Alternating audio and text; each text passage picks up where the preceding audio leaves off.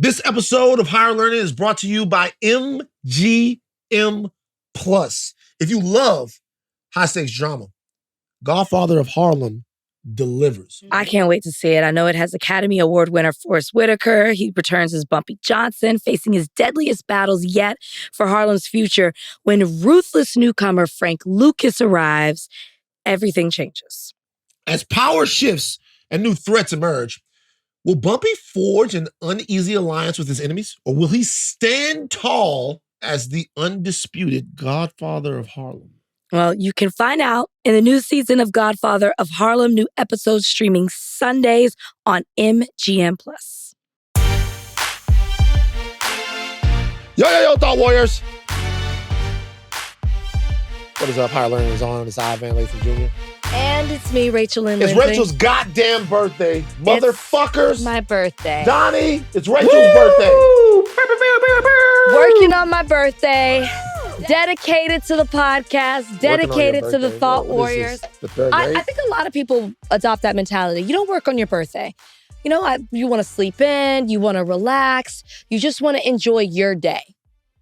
And I'm enjoying it with the Thought Warriors. And you. I worked on my birthday last week. But we will be drinking.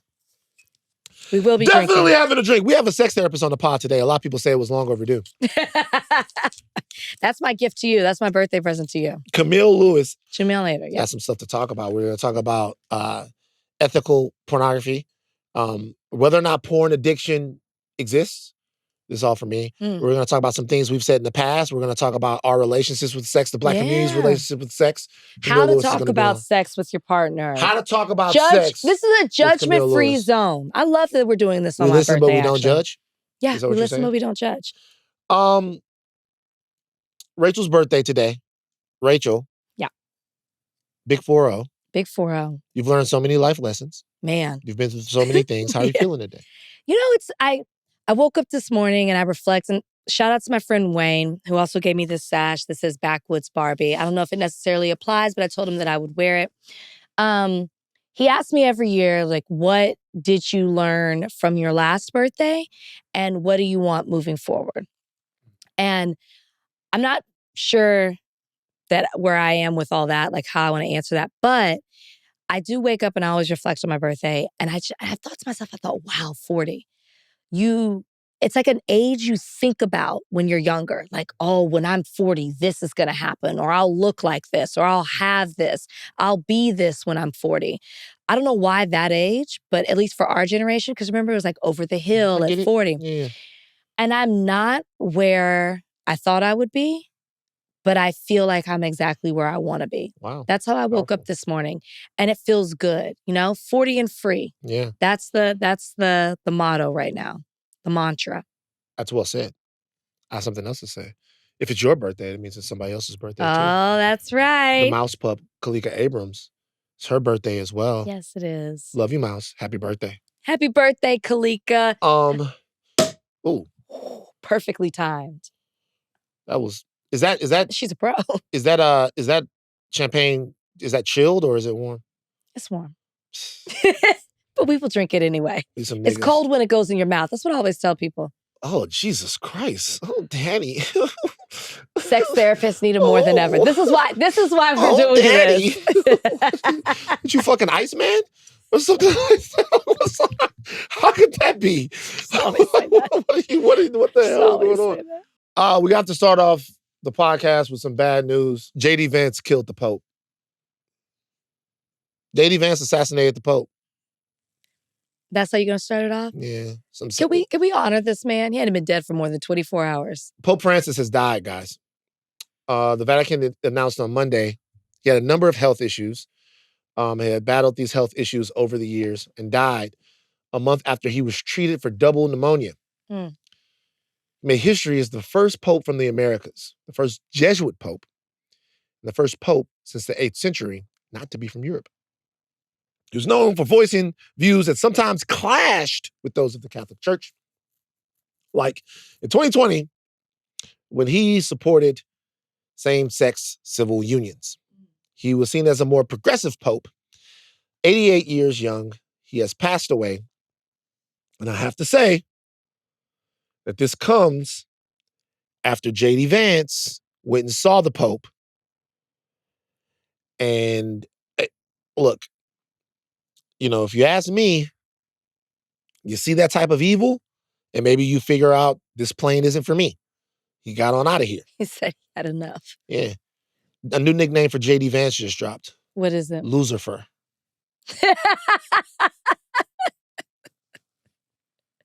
It is eerie to see him post pictures. Post pictures of sitting with Pope Francis right in front of him. And then the next thing you see is that.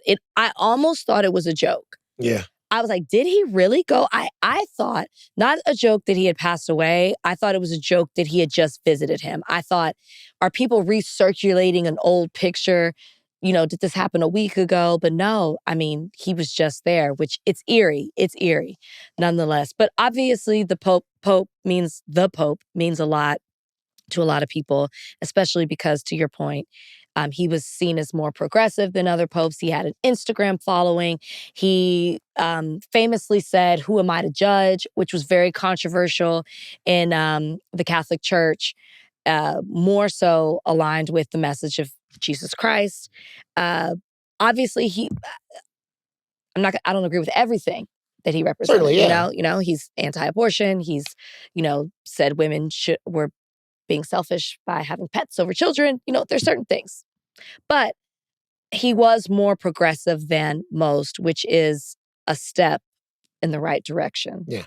And so now he's put humanity first. You can't take away how he lived his life and how he put humanity over everything. It was more outspoken than we've seen with other popes of the past. Now the movie Conclave will take place in real life, and they will choose a new pope, one of which is a Blick. Donnie, will you look this up? One of the guys that they're looking at, I only got a chance to read a little bit of it. It just happened. He's a Blick. He's a Blick. He could be the Pope. He could be a Blick. What's his name? Forgot. Donnie, look it up. We got a couple options. There's Peter Turkson, who's 76 and from Ghana. Blick. And then the second one would be Robert Serra, who's 79 and from Guinea. Okay. 2 Blicks. Is he? The other one is a Blick as well? 2 Africans, yes. Ooh. Blicks. Blick. Well, just because you're African doesn't mean that you're Blick. All right, Twitter. Is the guy from Guinea Blick? He's black. I'm looking at him. They're both black. Let me show. Yes. Robert Serra. So that's Robert Serra, and the other guy is. But he's 79. Now Pope Francis. They're all old. Pope Francis was 76 when he became Pope. Which the first black man, Blick. Mm-hmm. I don't do it well. Blick. The man you mentioned. I knew where it was from. First man you mentioned, he's 76. Robert Serra, 79. Why don't they go young? Well, they could go younger. Because I remember when Pope Francis was chosen 2013, everyone was like, 76, he's old. Why don't they get like a 29-year-old Pope? Well, I think it's based Make Jamal Bryant the Pope. Jamal Bryant for Pope. I got a new, you guys. Stop that. Jamal Bryant. He's not of the same That's fine. religion. Like, change it though. Like, let Jamal Bryant be the Pope. Why him? First of all, I fuck with Jamal Bryant as much as I do. These are my passes that I like. Okay? I like Jamal Bryant. I like Toure. All right, I like Carl Lentz. You guys know this. But Jamal Bryant right now he probably got the most heat behind him. It's interesting. I don't know. Toure doesn't have these allegations, but 2 out of your 3 have issues with women. Pastor Holy Whore. Never forget. But look, let me tell you something though. I'm looking at, this is the way we look at things, and I'm glad we're having Kamil on later. I'm looking at guys who have overcome. Maybe they've overcome. Well, yeah, we're all sinners. Yeah, I've looked at guys that have overcome and are still doing amazing inspirational work for people. Jamal Bryant, Carl Lentz. Carl Lentz is so healed and so transformed that I cannot help but be proud of Pastor Carl. You still talk to him? I haven't talked to him in a while. We should have him on the podcast. I haven't talked to him in a while, but the things that he's doing, the way he's put his life back together, and the fact that it was his faith that got that to me is faith in action. I faith agree. when you're perfect and grace when you're perfect, that's all well and good. But when your life and who you are has been fractured, I agree. and your faith gets you through it, I agree. That to I me is agree. God in action. I feel like, and we talked about Carl Lentz in the past in this podcast, and we disagree. I believe in being accountable. I don't believe in being shunned. Right. And that's what happened to him. Yeah.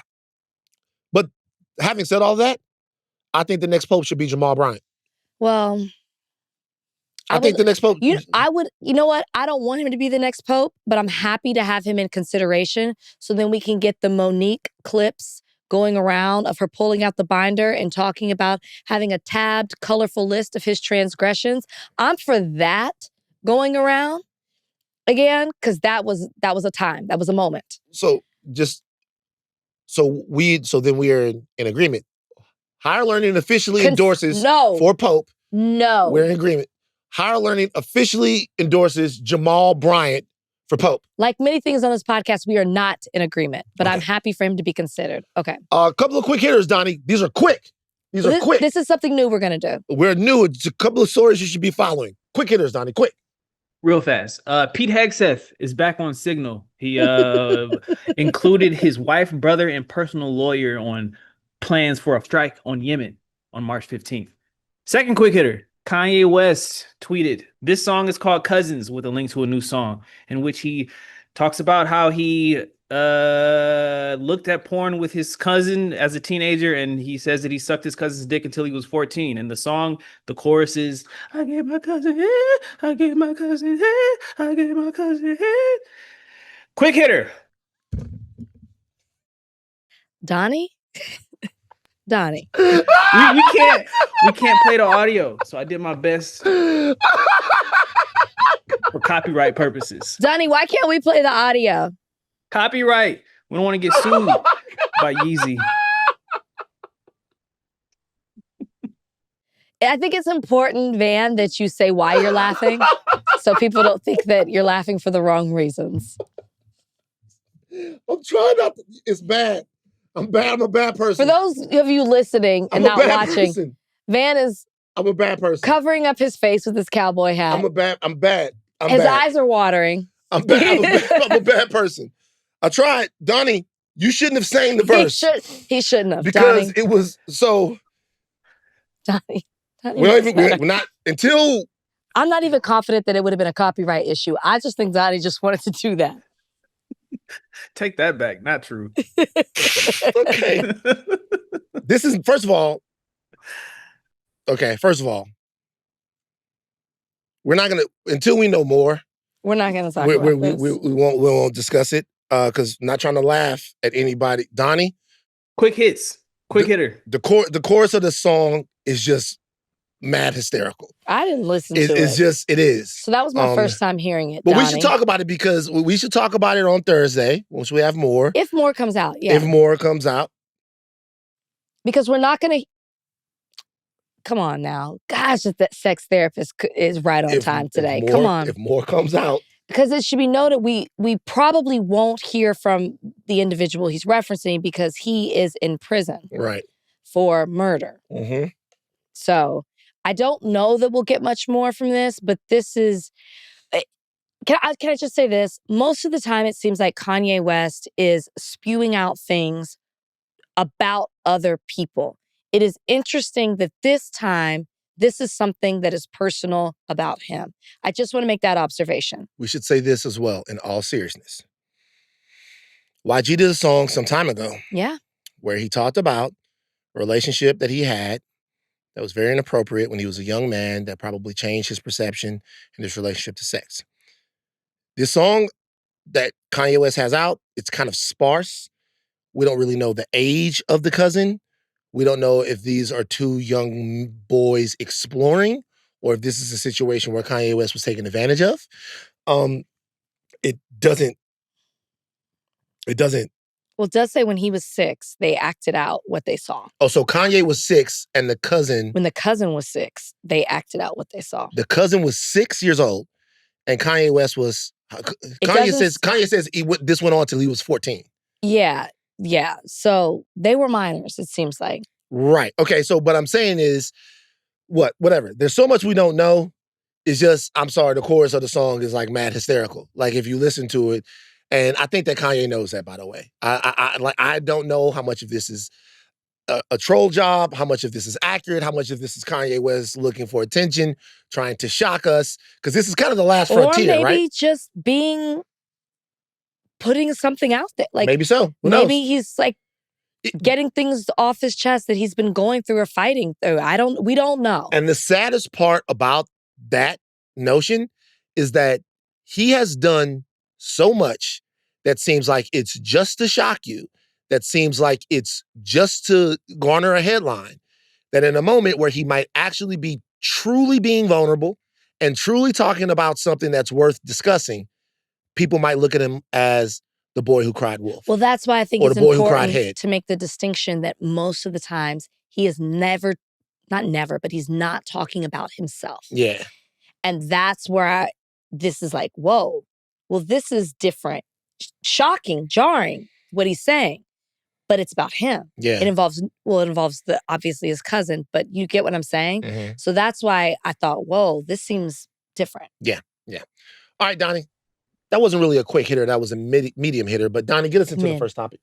Sinners. Everybody's been talking about it. It topped the domestic box office this weekend with an estimated $48 million. But a lot of the headlines that have been coming out about it have kind of been iffy. A recent deep dive from Vulture was reported that Coogler wanted ownership of the film to revert to him after 25 years, which he got from Warner Brothers. Now, this isn't a thing that hasn't happened before. Mel Gibson owns the rights to Passion of the Christ, for instance, and Quentin Tarantino will get ownership of Once Upon a Time in Hollywood in a couple of decades.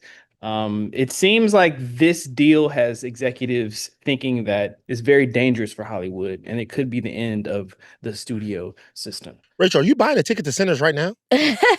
So I did see Sinners, but it's my birthday today. And having watched it, which, if you guys listen to Friday's podcast, I hadn't seen it. I've seen it since. I loved it so much. I spent hours, more than I normally do. It's a thing with me and Willie when we see a movie, because he's more into the YouTube world than I am. I'm trying to get better with that. We always watch explainers on TikTok and YouTube. It's nice. And he's got me into that. So now that I've seen the explainers, I really want to go see it again. Now I need to watch it through a different lens.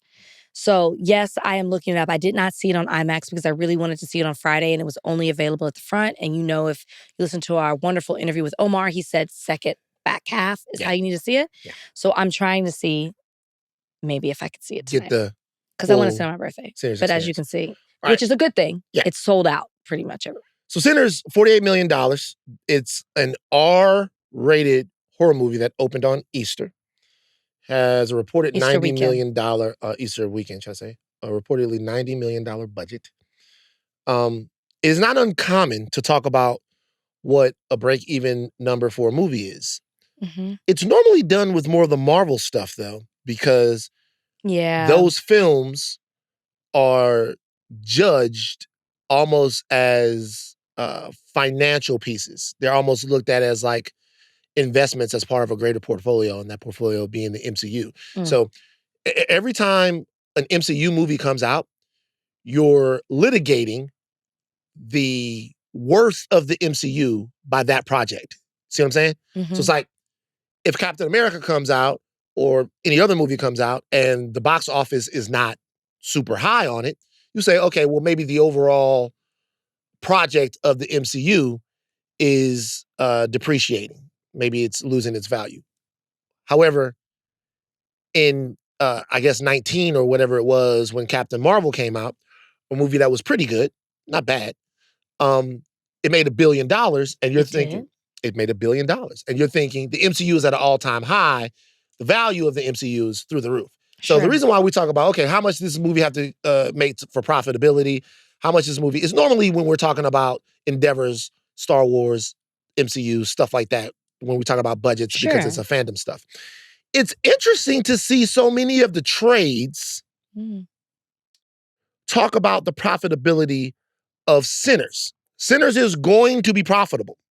But on a weekend when Sinners was the #1 movie at the box office, and it wasn't just the #1 movie at the box office, it won culturally, it won with the critics.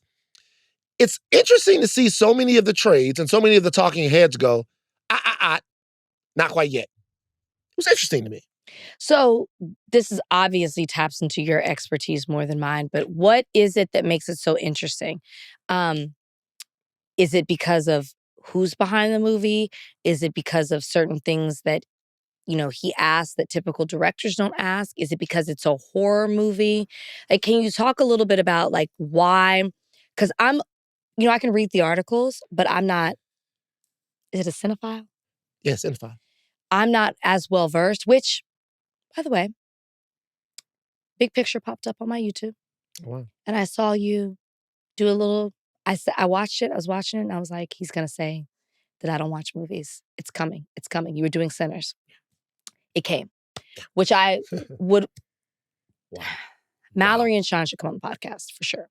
Mallory doesn't do Big Picture. Oh. That's Amanda Dobbins. Take that out. No, leave that in the podcast. No way. Leave leave that. No. Damn. Leave that in the podcast. See what I'm talking about? This is the type of shit I'm talking about. Leave that in the podcast. No. I've been drinking. No. I've been drinking. Leave it in the pot. Cause see how you were trying to get at me? I didn't even know what the fuck you was talking about. Leave that. Leave that in the podcast. It's my birthday. I get a pass. Okay. But my point is, they're more than welcome to come on the podcast. Amanda and Sean.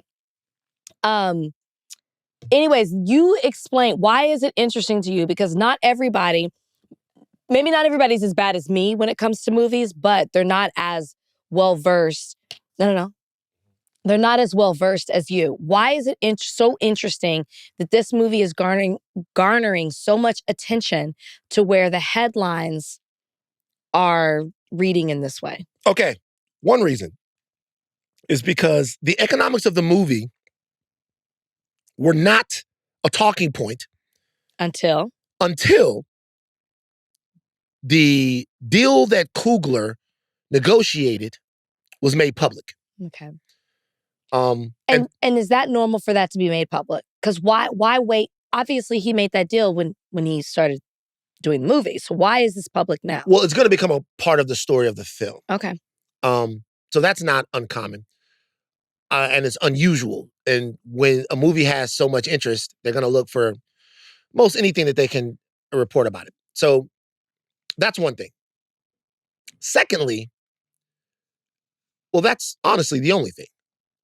And I'll tell you why. What it seems like is that some of the trades are doing the work of the town. Now, when Quentin Tarantino made the deal that he made for Once Upon a Time, you heard about it, and it came and went. Great movie. Won Brad Pitt an Oscar.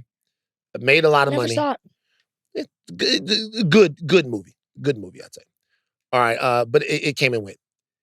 This one, you started to get articles that were like, does Ryan Coogler's deal for Sinners threaten the future of the studio system? Amanda Dobbins, yeah. Mallory Rubin, okay. Does it threaten the future of the studio system, right? Okay. And that's a very interesting take on that.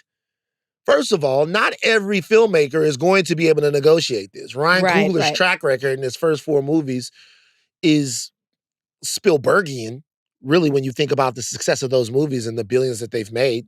2 of them being Marvel movies, one of them being Creed, the other one being a really lauded critical movie. So not everyone's going to even have the juice to do that. So it's not going to threaten the studio system in that regard. Number 2, the studios just aren't going to do it. And they're not going to do it for most people. And so most people are not going to get the opportunity to experience that. They're not going to do it. And movies will still be made. Mm-hmm. And people are still going to want to make studio movies. Mm-hmm. People are still going to, it's kind of like the 360 deal. Like, everyone thought that the 360 deal would change music, as in the artists would not, like, succumb to the 360 deal. If you guys don't know what a 360 deal is, it used to be that record companies can make so much money on an artist just by essentially getting royalties off of their music and stuff. But then when streaming came in, that wasn't the case anymore. Streaming meant that you made less money off the actual movie. So the 360 deal was, I'm going to take a little bit of your music, to recoup, but then a little bit of your touring, a little bit of your merch, a little bit of your this, a little bit of that. So 360. Okay. It's the full artist deal. That's a very crude way to explain that. People thought, oh, this is going to change music. The artists aren't going to go for it. No, they're going to still want to be signed to majors. They are going to accept what the majors are offering until enough of them have leveraged enough influence where they don't have to, which is why the concept of Tidal was so important, but they couldn't get it done because certain artists held out. Different conversation. The studio system is going to survive sinners because you still want to make movies with Warner Brothers. Yeah. You still want to make movies with Fox. You still want to make movies with Disney.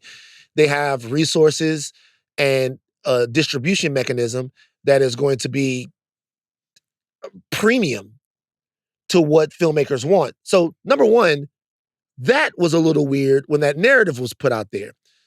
And then number two, when you saw Sinners be legitimately a $50 million domestic opening for an R-rated horror movie on Easter weekend, and then you saw Rooted in blackness with black people dancing and fucking and biting and eating vagina, okay? And you see that as a 100% win, plus the critical acclaim. To watch the trades come back and kind of hate was odd. It was like they were doing the work for the town. Is it odd, though? Is it odd?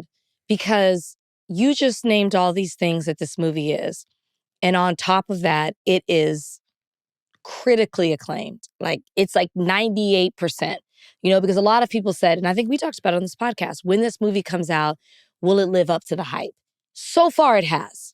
Yeah, for sure. Absolutely. Like, without a doubt, people who have seen it, I watched it, I was like, it absolutely does, to the point where I need more. Listen, guys, this is me talking. I want to see a movie again. I can count on one hand how many movies I've wanted to see again. Yeah.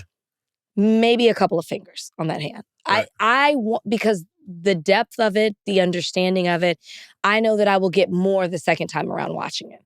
That is a great movie. It leaves you wanting more, to where I have to go back to it. So it lived up to it. So is it odd, or is it just who is behind this movie and what it represents?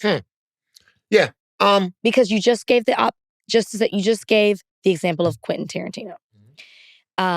To me, it makes sense for Ryan Coogler to ask for this for his track record. Also, he wrote, directed, and produced this movie. Yeah. It's not like he just came in on somebody else's project. It makes sense to ask for the things he did when he can guarantee you a success. He's like batting at, what do you call it? 300? 100?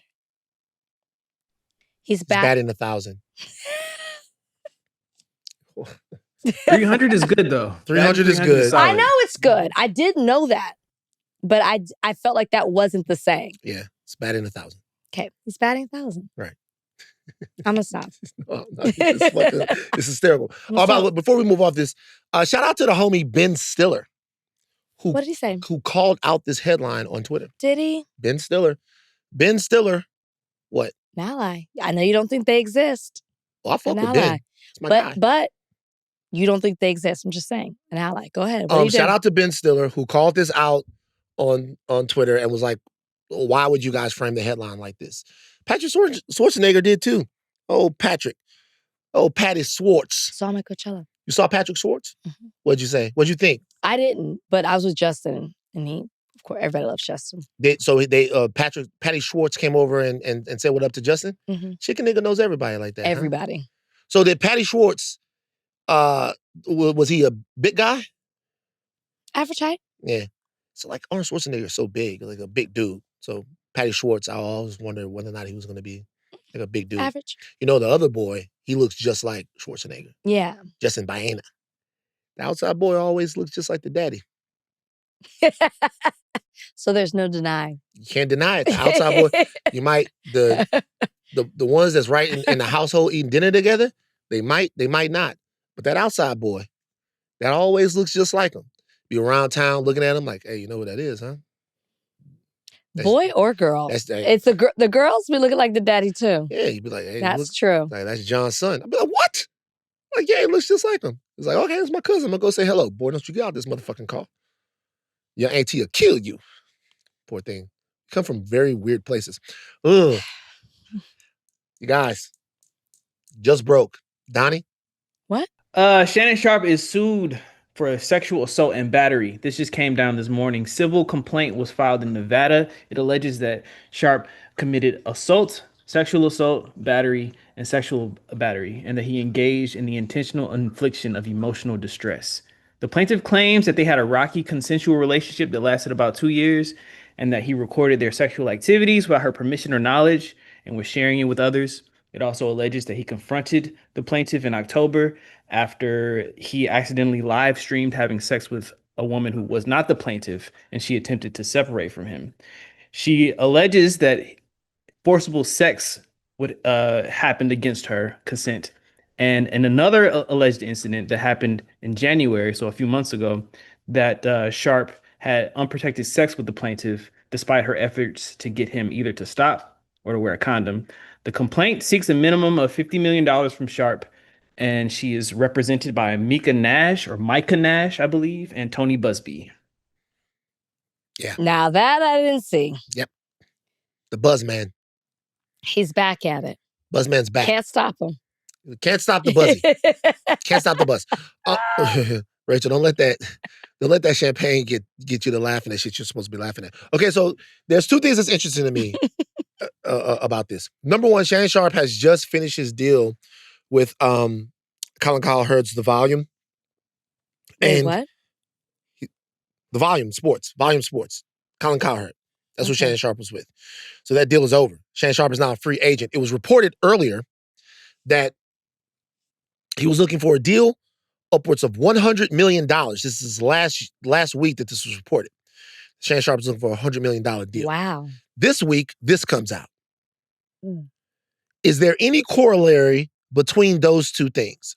And let me tell you why we are getting past litigating whether or not this happened or not, because there's no fucking way for us to know.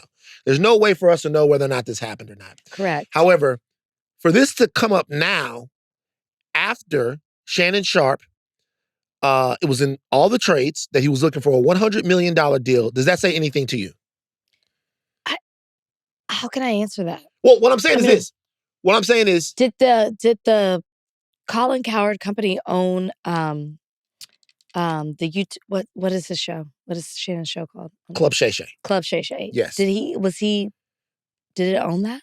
Colin Cowherd, yes. The Volume, Colin Cowherd's company, Shannon Sharpe was under them, yes. Oh. How do I know? Well, so it's hard to say that. So I guess this is what I'm saying. One or two things happening to me.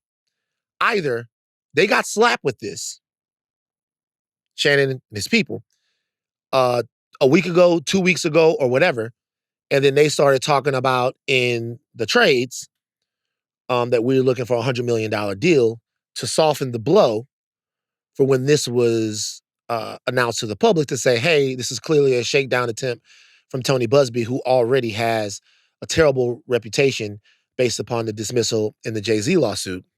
Or Tony Busby and Micah Nash are fucking idiots. Because after a week of speculation, even if the speculation didn't mainstream itself, about how much money Shannon Sharpe was going to make now that he's a free agent, to drop this week or to have this break this week looks like a clear money grab from Tony Busby. And it actually diminishes whatever the facts of this case are with very poor timing.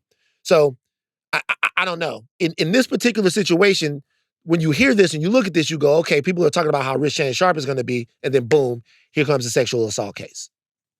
I mean, Tony Busby has a track record that makes him look like he's what you would refer to as an ambulance chaser, right? He follows the money. But also his reputation has taken a huge blow because of what happened with the Diddy cases. Cases. Yeah. Diddy or Jay-Z?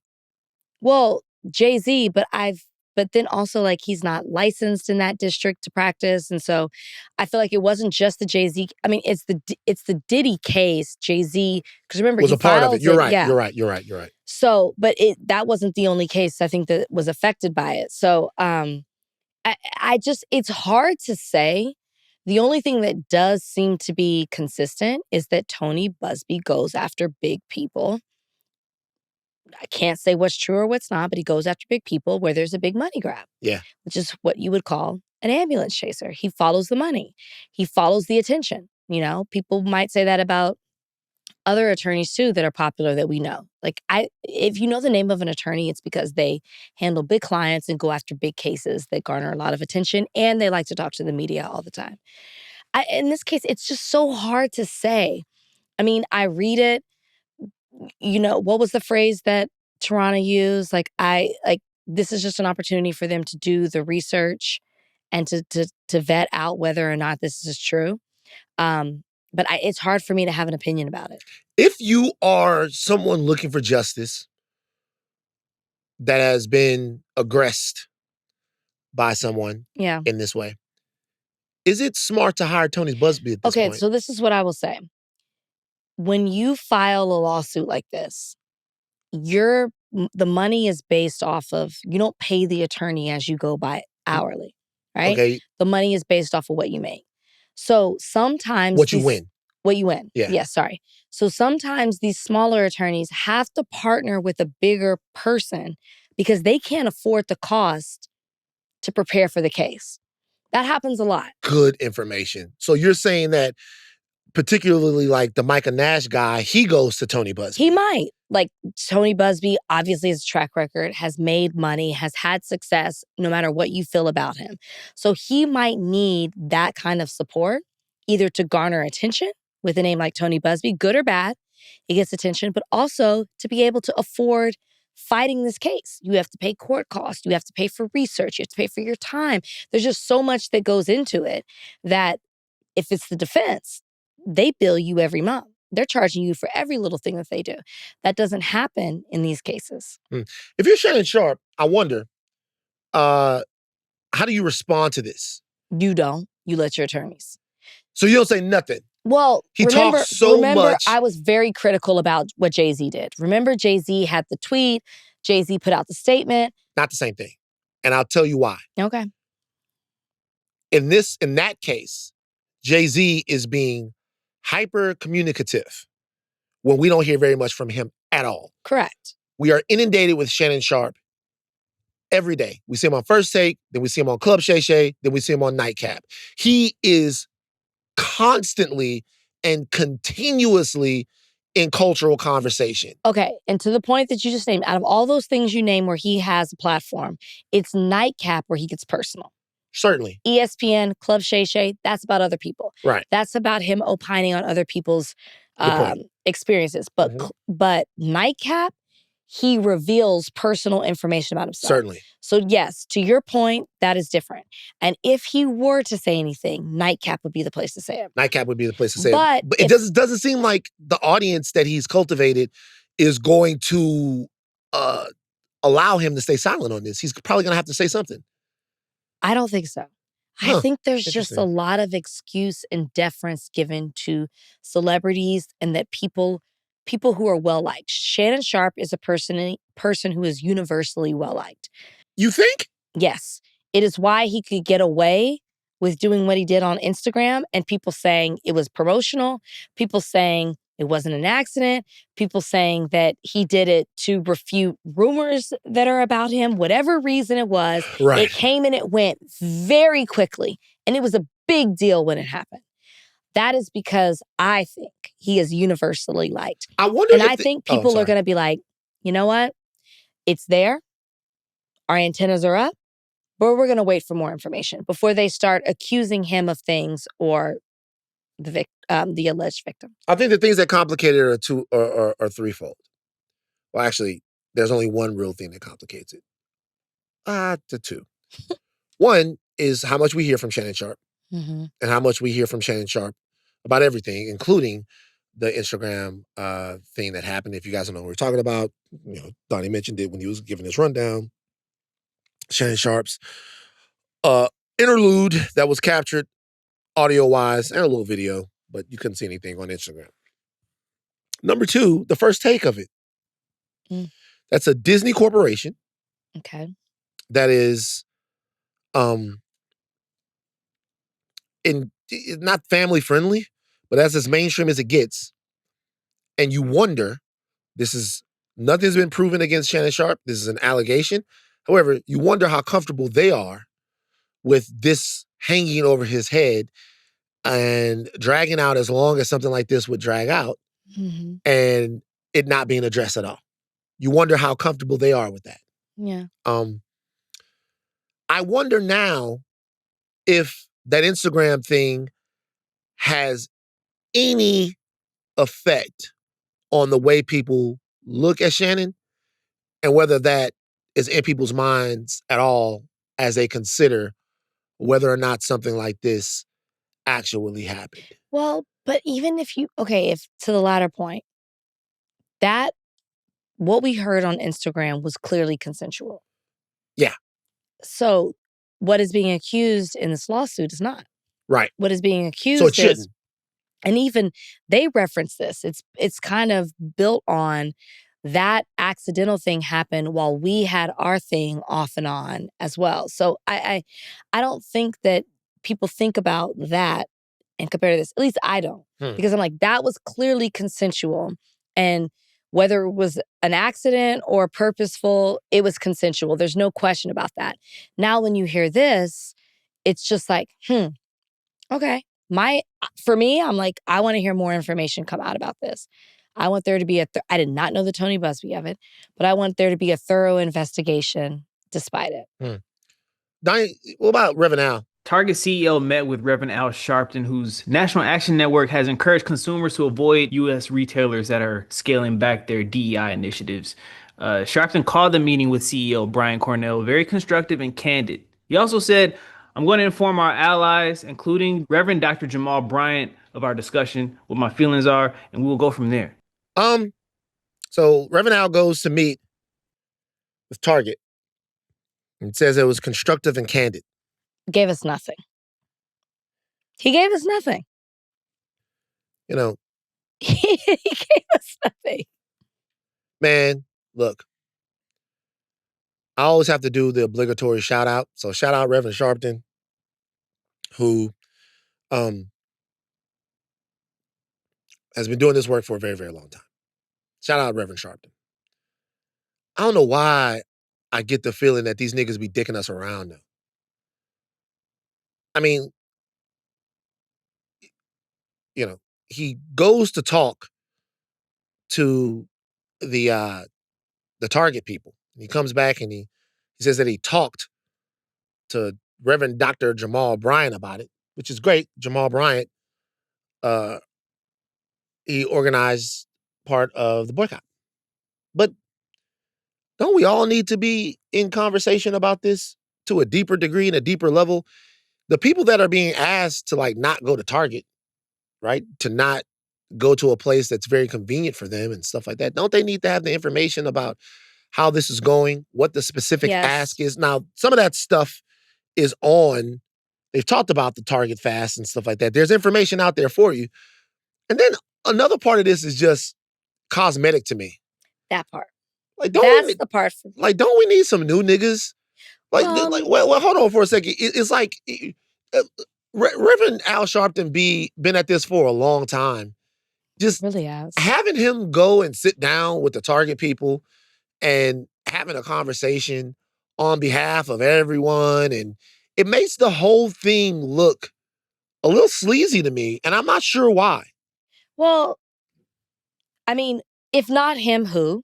That's what I will say to combat what you said. He also demanded, at least with PepsiCo, he was demanded that they meet with him within 3 weeks of him. It's not just him, he's got the whole National Action Network behind him. So I would say, if not for him, who? Now, to your point, Dr. Jamal Bryant, he did have the 40-day Target boycott, and he had the targetfast.org. And, that's a younger person coming up. And no, he doesn't have the Action Network behind him, but he does have a church and people that follow him that could spread the word and promote what he's doing. The reason I said that part to me on the cosmetic thing is I don't need to know you had a conversation until there is actual work that is happening where things are changing or something's going to be done. That's what feels cosmetic for me. For me to know that you're having this sit down and you're having this conversation feels performative. Tell me what came out of it.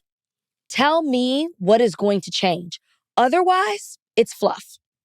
That's what I don't like.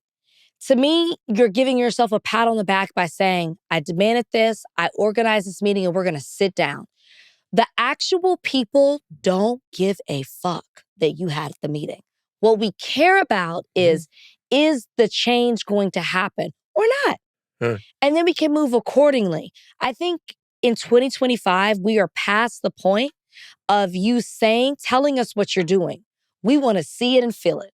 It's why the election went the way that it did. People need to feel it. So this, to me, falls on deaf ears. So these are the 4 demands of Jamal Bryant's targetfast.org. 1, honor the $2 billion pledge to the Black business community through products, services, and Black media buys. And was that made after they decided to get away with the DEI initiative or before? Okay. 2, deposit $250 million amongst any of our 23 Black banks. So they want an investment into Black banks. 3, completely restoring the franchise commitment to DEI. 4, pipeline community centers at 10 HBCUs to teach retail business at entry level. Nice. Okay. So you have 4 clear-cut demands. Now, if I'm looking at these, I'm thinking no company is going to do all 4 of these, right? However, there's something above these demands that's very important to say. Power concedes nothing without a demand. So it doesn't make any sense to boycott blindly. Sure. There has to be some type of pot of gold at the end of the rainbow. Yeah. So these are good things. What I would want to know from Reverend Al, or whomever is going to do it, is how much progress was made on any of these? Yeah. What was the stance that they took? And when you say that it was productive... Constructive and candid. Good, that's fine. Constructive and candid. Was that constructive and candid for you? Right. Or was that constructive and candid for the boycotters? Also, we should say there's a list of boycotts and boycotts here. These are the boycotts, just so you guys know. Places you should buy from. Ben & Jerry's, Costco, Coca-Cola, Dunkin' Donuts, JP Morgan. Boycott watch list here is Aldi, Amazon, American Airlines, Bank of America, Best Buy, Boeing, Caterpillar, Dell Technology, Ford, goddamn, General Motors, Goldman Sachs, Harley Davidson, IMDb, John Deere, Lowe's Home Improvement, Lowe's, McDonald's, Meta. So we fucked this up. We on Instagram. Coors, Molson Coors, Sam's Club, Starbucks, Target, Toyota, Tractor Supply Company, Walmart, Walmart Supercenter, Whole Foods Market, Zappos. What the fuck is Zappos? Shoes. Oh, shoes. Okay, so those are all the companies that holding them accountable right there. So those are all the companies that they're looking at right now. I'm not sure.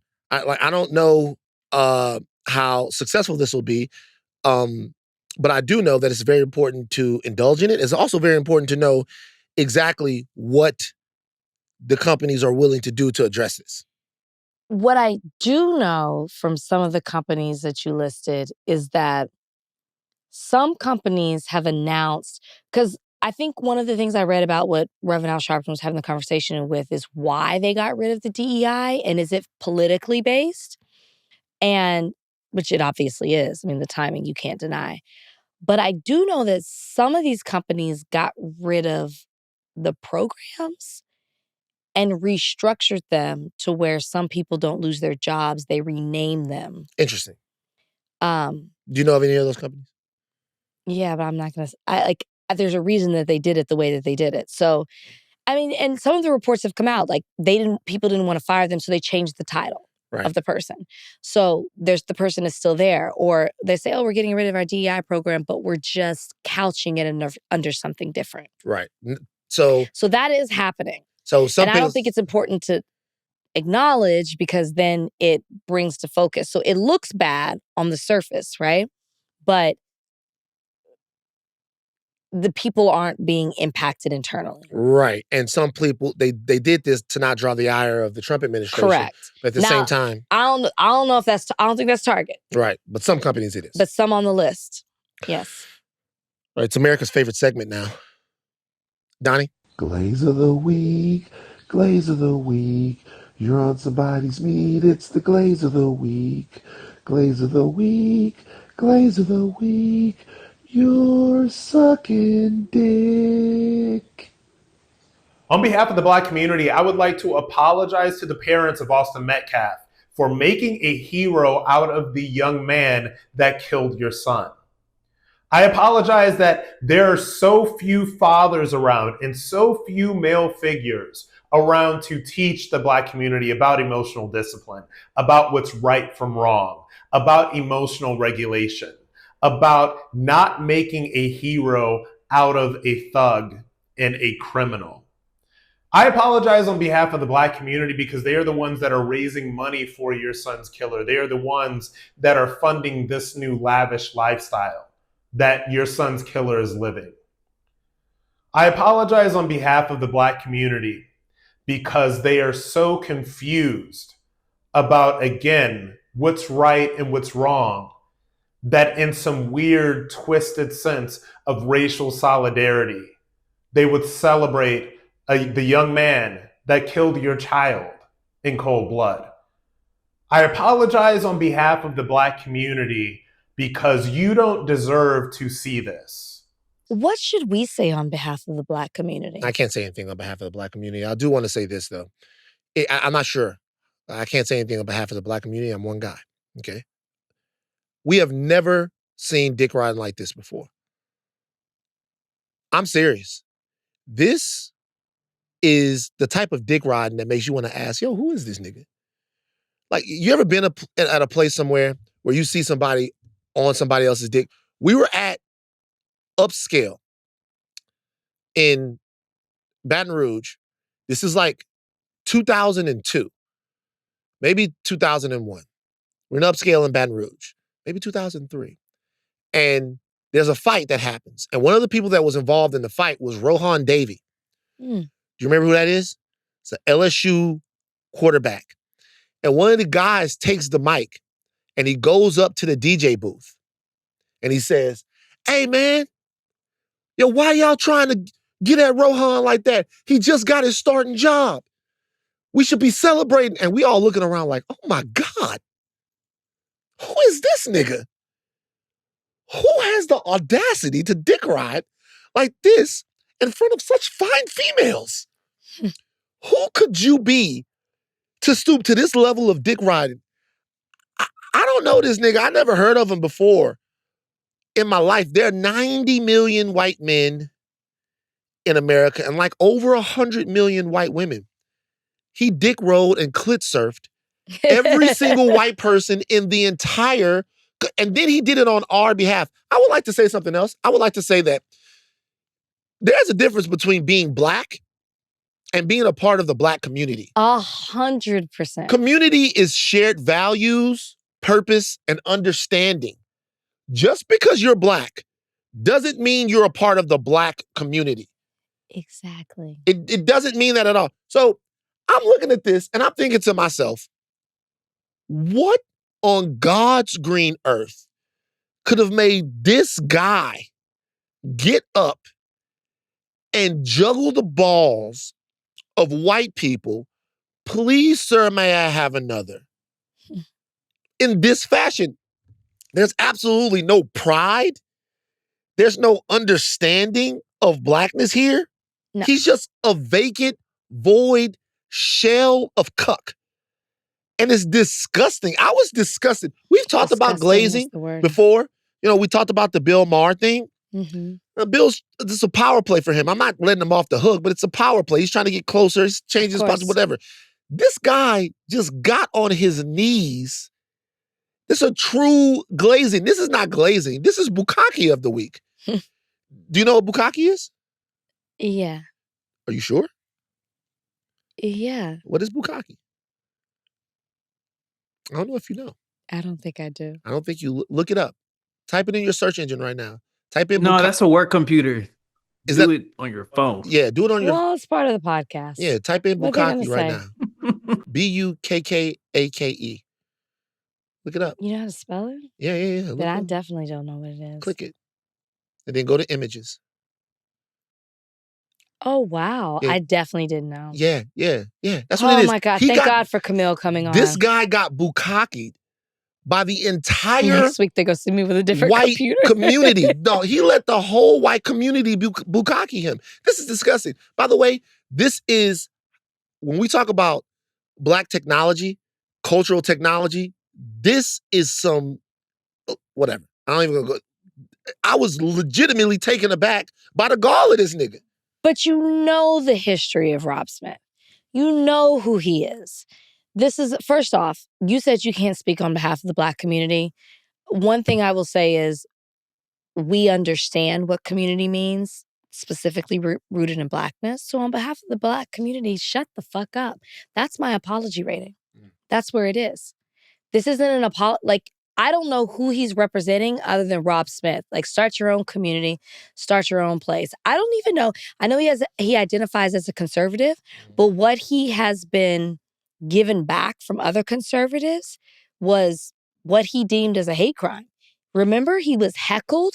Oh! Is this the same guy that went to the thing and they told this nigga what was up? He's a gay black conservative. They made racist and homophobic comments to him. He identifies as homeless when it comes to a political party. They turned their backs on him, yet here he is now saying on behalf of the black community, this, and this. This man stands for nothing, and he belongs nowhere other than in his own space. He can't stand. He's kneeling, getting the glaze. I guess that's By the way, can I tell you somebody else who doesn't agree with Rob Smith's view, categorization of this entire thing? His characterization, should I say, of this entire thing? Austin Metcalf's dad. Austin Metcalf's father chided a guy named Jake Lang, who's running for U.S. Senate in Florida, and had a Protect White Americans protest in Frisco, Texas. Mm-hmm. This was a recording from that protest where Austin Metcalf's dad called in and rebuked this guy for making this entire thing about some sort of racial divide. Donnie, play that. This country is wrong. Why can't you stand that and say with that? Maybe you can. Would you be willing to stand by me in a press conference or in an individual interview and talk about this issue that is larger than Austin at this point? God rest the beautiful young man's soul that would have been one of our strongest voices if he was still alive today. Are you done? Yes, I am, sir. Okay, my turn to speak. You are part of the fucking problem, my friend. You're trying to create more race divide than bridging the gap. I do not condone anything you do.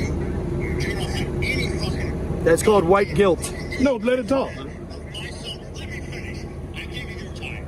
You take my son's face off your website. I am not associated with you. You're creating more Austin Metcalfs with your weakness, sir.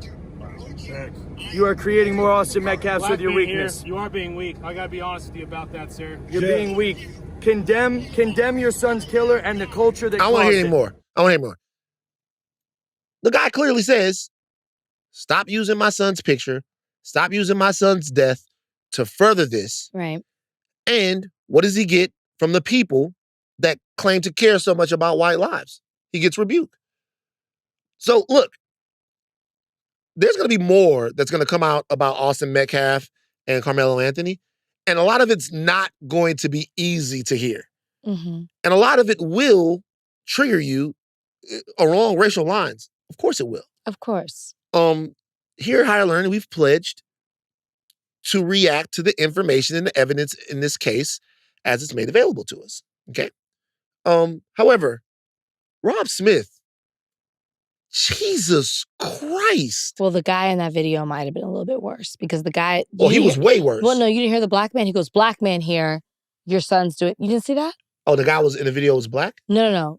Jake Lang, who was talking about him, who first said your son could have been one of our strongest voices, and then contradicts himself by saying you're creating more Austin Metcalfs to the father, who said, please stop using my son to profit off of.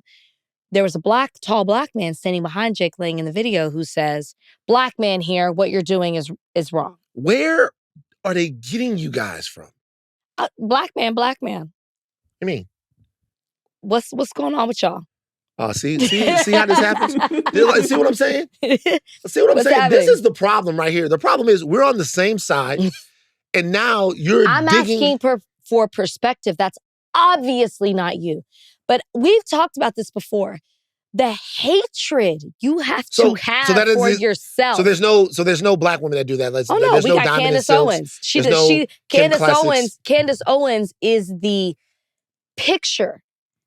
She is on a pedestal for black women. So why make it a black man thing? Well, because the issue right now is black men. It's not black men. No, it's not just black men. But we're talking about Rob Smith, who was literally heckled by these people for being who he is, black and gay, and still stands in it. There's a black man standing behind Jake Lang who says black men here. I agree with Jake Lang. Doesn't matter what your gender is. It's the way some people hate who they see in the mirror. I wish this is a topic we would talk to Kamil Lewis about. Maybe we'll bring somebody on about this. It is nothing but a self-hatred, which is equally disgusting and sad. That you look at yourself and you hate yourself to the point where you want to align with people who hate you as well, but you feel so much better attaching yourself to that person because you hate yourself. I don't want to make that into a black man thing, though. No, I just said it's women too. Yeah. Shout out to Candace Owens. Right. So, look, there's only one thing that I saw from black guys that was worse than that. Tizzy put up on his TikTok this video of this guy. I don't know where they were. I don't know if any of you guys saw this. And he was like calling these black women the N-word because these ladies apparently rebuffed him when he tried to grab one of them from behind. They like kind of dissed him. Who's Tizzy? Tizzy ENT is like a guy who like calls out racists and stuff. Okay. And this guy's calling these black women the N-word, nigger, all right, the whole deal. And it's back. And you can see this guy's, he's a hairdresser or he's from San Diego or something. And he's like black. Yeah, Donnie, look this up. No, he's not black. He was like, looked like he was Hispanic or something. He's calling him the N-word. Donnie, look this up. I want to say this guy's name. And there are 3 black guys, or at least 2 black guys, watching this dude call these women the N-word. Come on. And launch this racial attack, and they don't really do anything. I'm like, homies, my guys, can we at least get hey, yo, chill talking to them like that? Like, if you're not going to be Batman in that situation, can we at least get hey, chill talking to her, chill talking to them like that? Talk to them. Like, you guys got to intervene. If you see a black lady in trouble, look, let me say something real quick. Very important to say. Because I always have to say this, right? Because standing up for black women is just like it's a dangerous thing. Why? People don't like it. We do. People don't like it. People don't like when you stand up for black women. When you stand up for black women, it irritates people. Why? I haven't worked that out. And when you say people who are, because Black women, we appreciate it. I know that you do. So who does it irritate? Black men? No. White I'm just men? saying there's an overall irritation women? because let me tell you what I mean. So whenever you say, hey, don't treat Black ladies like this or stand up for Black ladies or get involved, people then litigate whether or not you're doing it, okay? Which is fair. Now, I want to say this real quick so that everybody knows. I, or no Black man that I know, am the perfect white knight or Black knight to say, leave Black women alone. If you litigate my past, you are going to see inconsistencies. You're going to see failures. You're going to see times where I've hurt Black women. You're going to see times where I've failed Black women. You're going to see times where I've been less than up to the task of being held to a standard that I want. But you're going to see that in every single aspect of my life.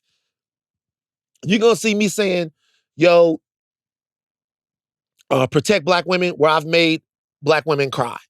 You're going to see me saying, hey, protect Black women to where I've been close to people who don't do the same. You're going to see all kinds of things that say, hey, you're a hypocrite. Mm-hmm. The question is this. If you have the power to self-scout yourself and to be useful to the women in your community, the Black women in your community, do you want to do it? If the conversation is about, hey, we don't want to see Black women in a situation where there is a specific danger to them in America. When they carry babies, when they're in relationships, when they're on dates, when they go for job interviews. We don't want to see them in specific danger. So can we have a conversation as brothers, as people who have been formed, loved, and protected by these women? Can we have a conversation about how we do better, A, and how society does better, B, or how society does better, A, and how we do better, B? Can we have a conversation about that? A conversation that's not going to be easy for us and a conversation that's not going to be easy for society. Can we talk about it? When we continuously get back, no, you're not good enough. No, you've done this. You've done that. I know you. I know you. I know you stepped out on your girl. I know you've done it. I know this. You're not good enough. You're not good enough. When no one is good enough to have the conversation, do you know what it starts to feel like? What? That the conversation isn't good enough.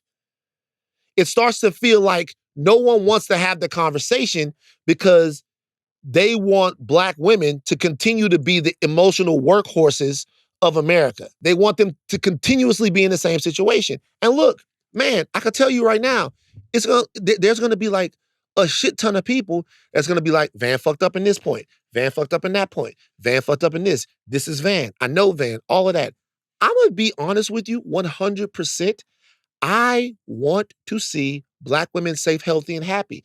And we got to talk about it. Yeah, if I'm not the right guy to bring the conversation, then let's do this. Let's find the guy who can do it. Okay? Let's do this. Because everybody gets torn apart. Let's find the guy who it's okay for him to do it.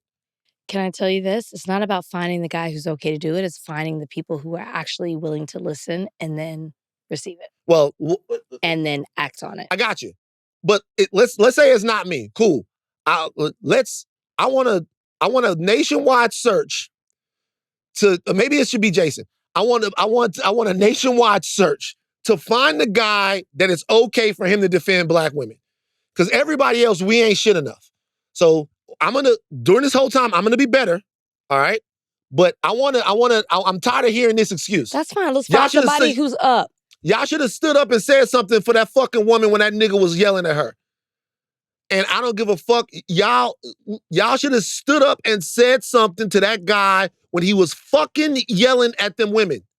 Y'all should have said something. I gotta see this clip. And that's the bottom line. You should have said something. Ashleigh, this last comment is for you. They should have said something. All right. Let's go, Donnie. All right. Last topic. Colorado head coach Deion Sanders spoke Thursday about the recent announcement that the University of Colorado is going to retire the jersey numbers of Travis Hunter and his son Shedeur Sanders, and it had people upset. This is what Coach Prime had to say. Same thing with Rashawn Salam, right? How long did we wait? I say we because I'm a part of CU now. How long did we wait? 23 years after his Heisman. After his what? After his Heisman? Yeah. How many years after his death? 1. Less than 1. So we got to die to get recognized. Ain't nobody saying nothing in the church right now. Everybody got something to say otherwise. Donnie, cut it off. Prime got me. I'm with Prime now. I'm sorry. I thought this was almost your glaze of the week. It almost was. And what changed? Prime got me, man.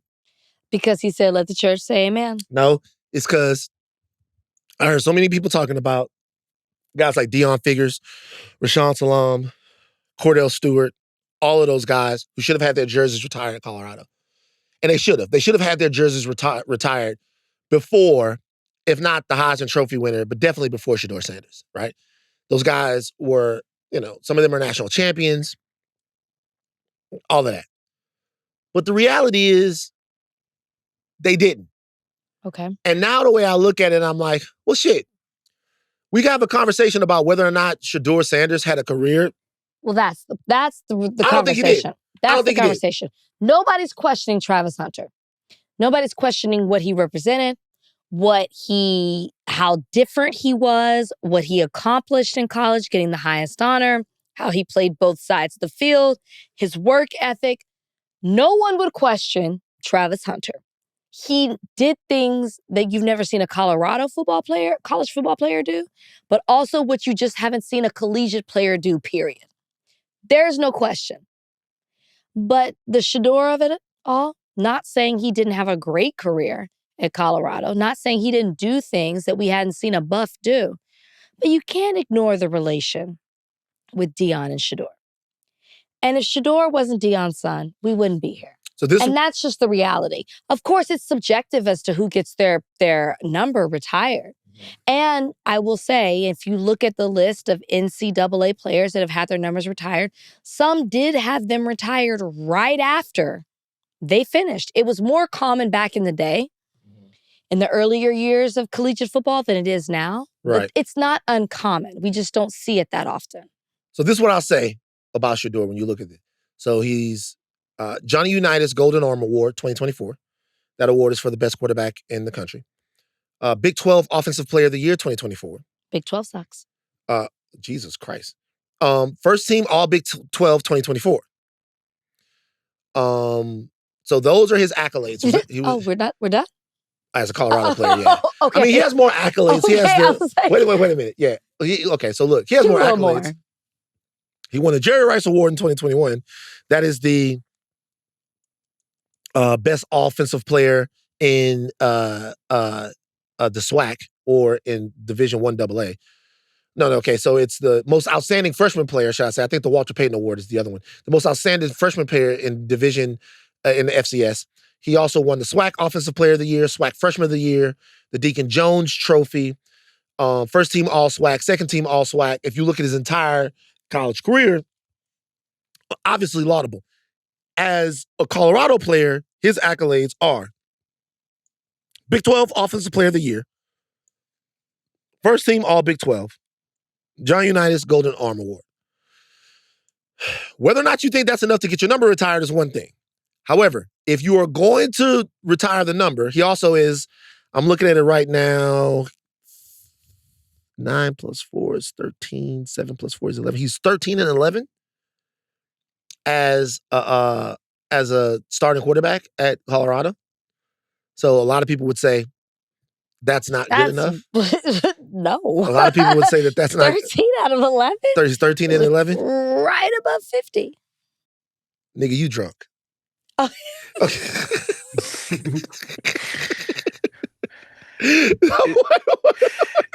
Numbers don't. Rachel doesn't do numbers when she's drunk. How is that so myself saying, wait. I heard myself saying, I was like, can't take it back. Okay. Fine, whatever. So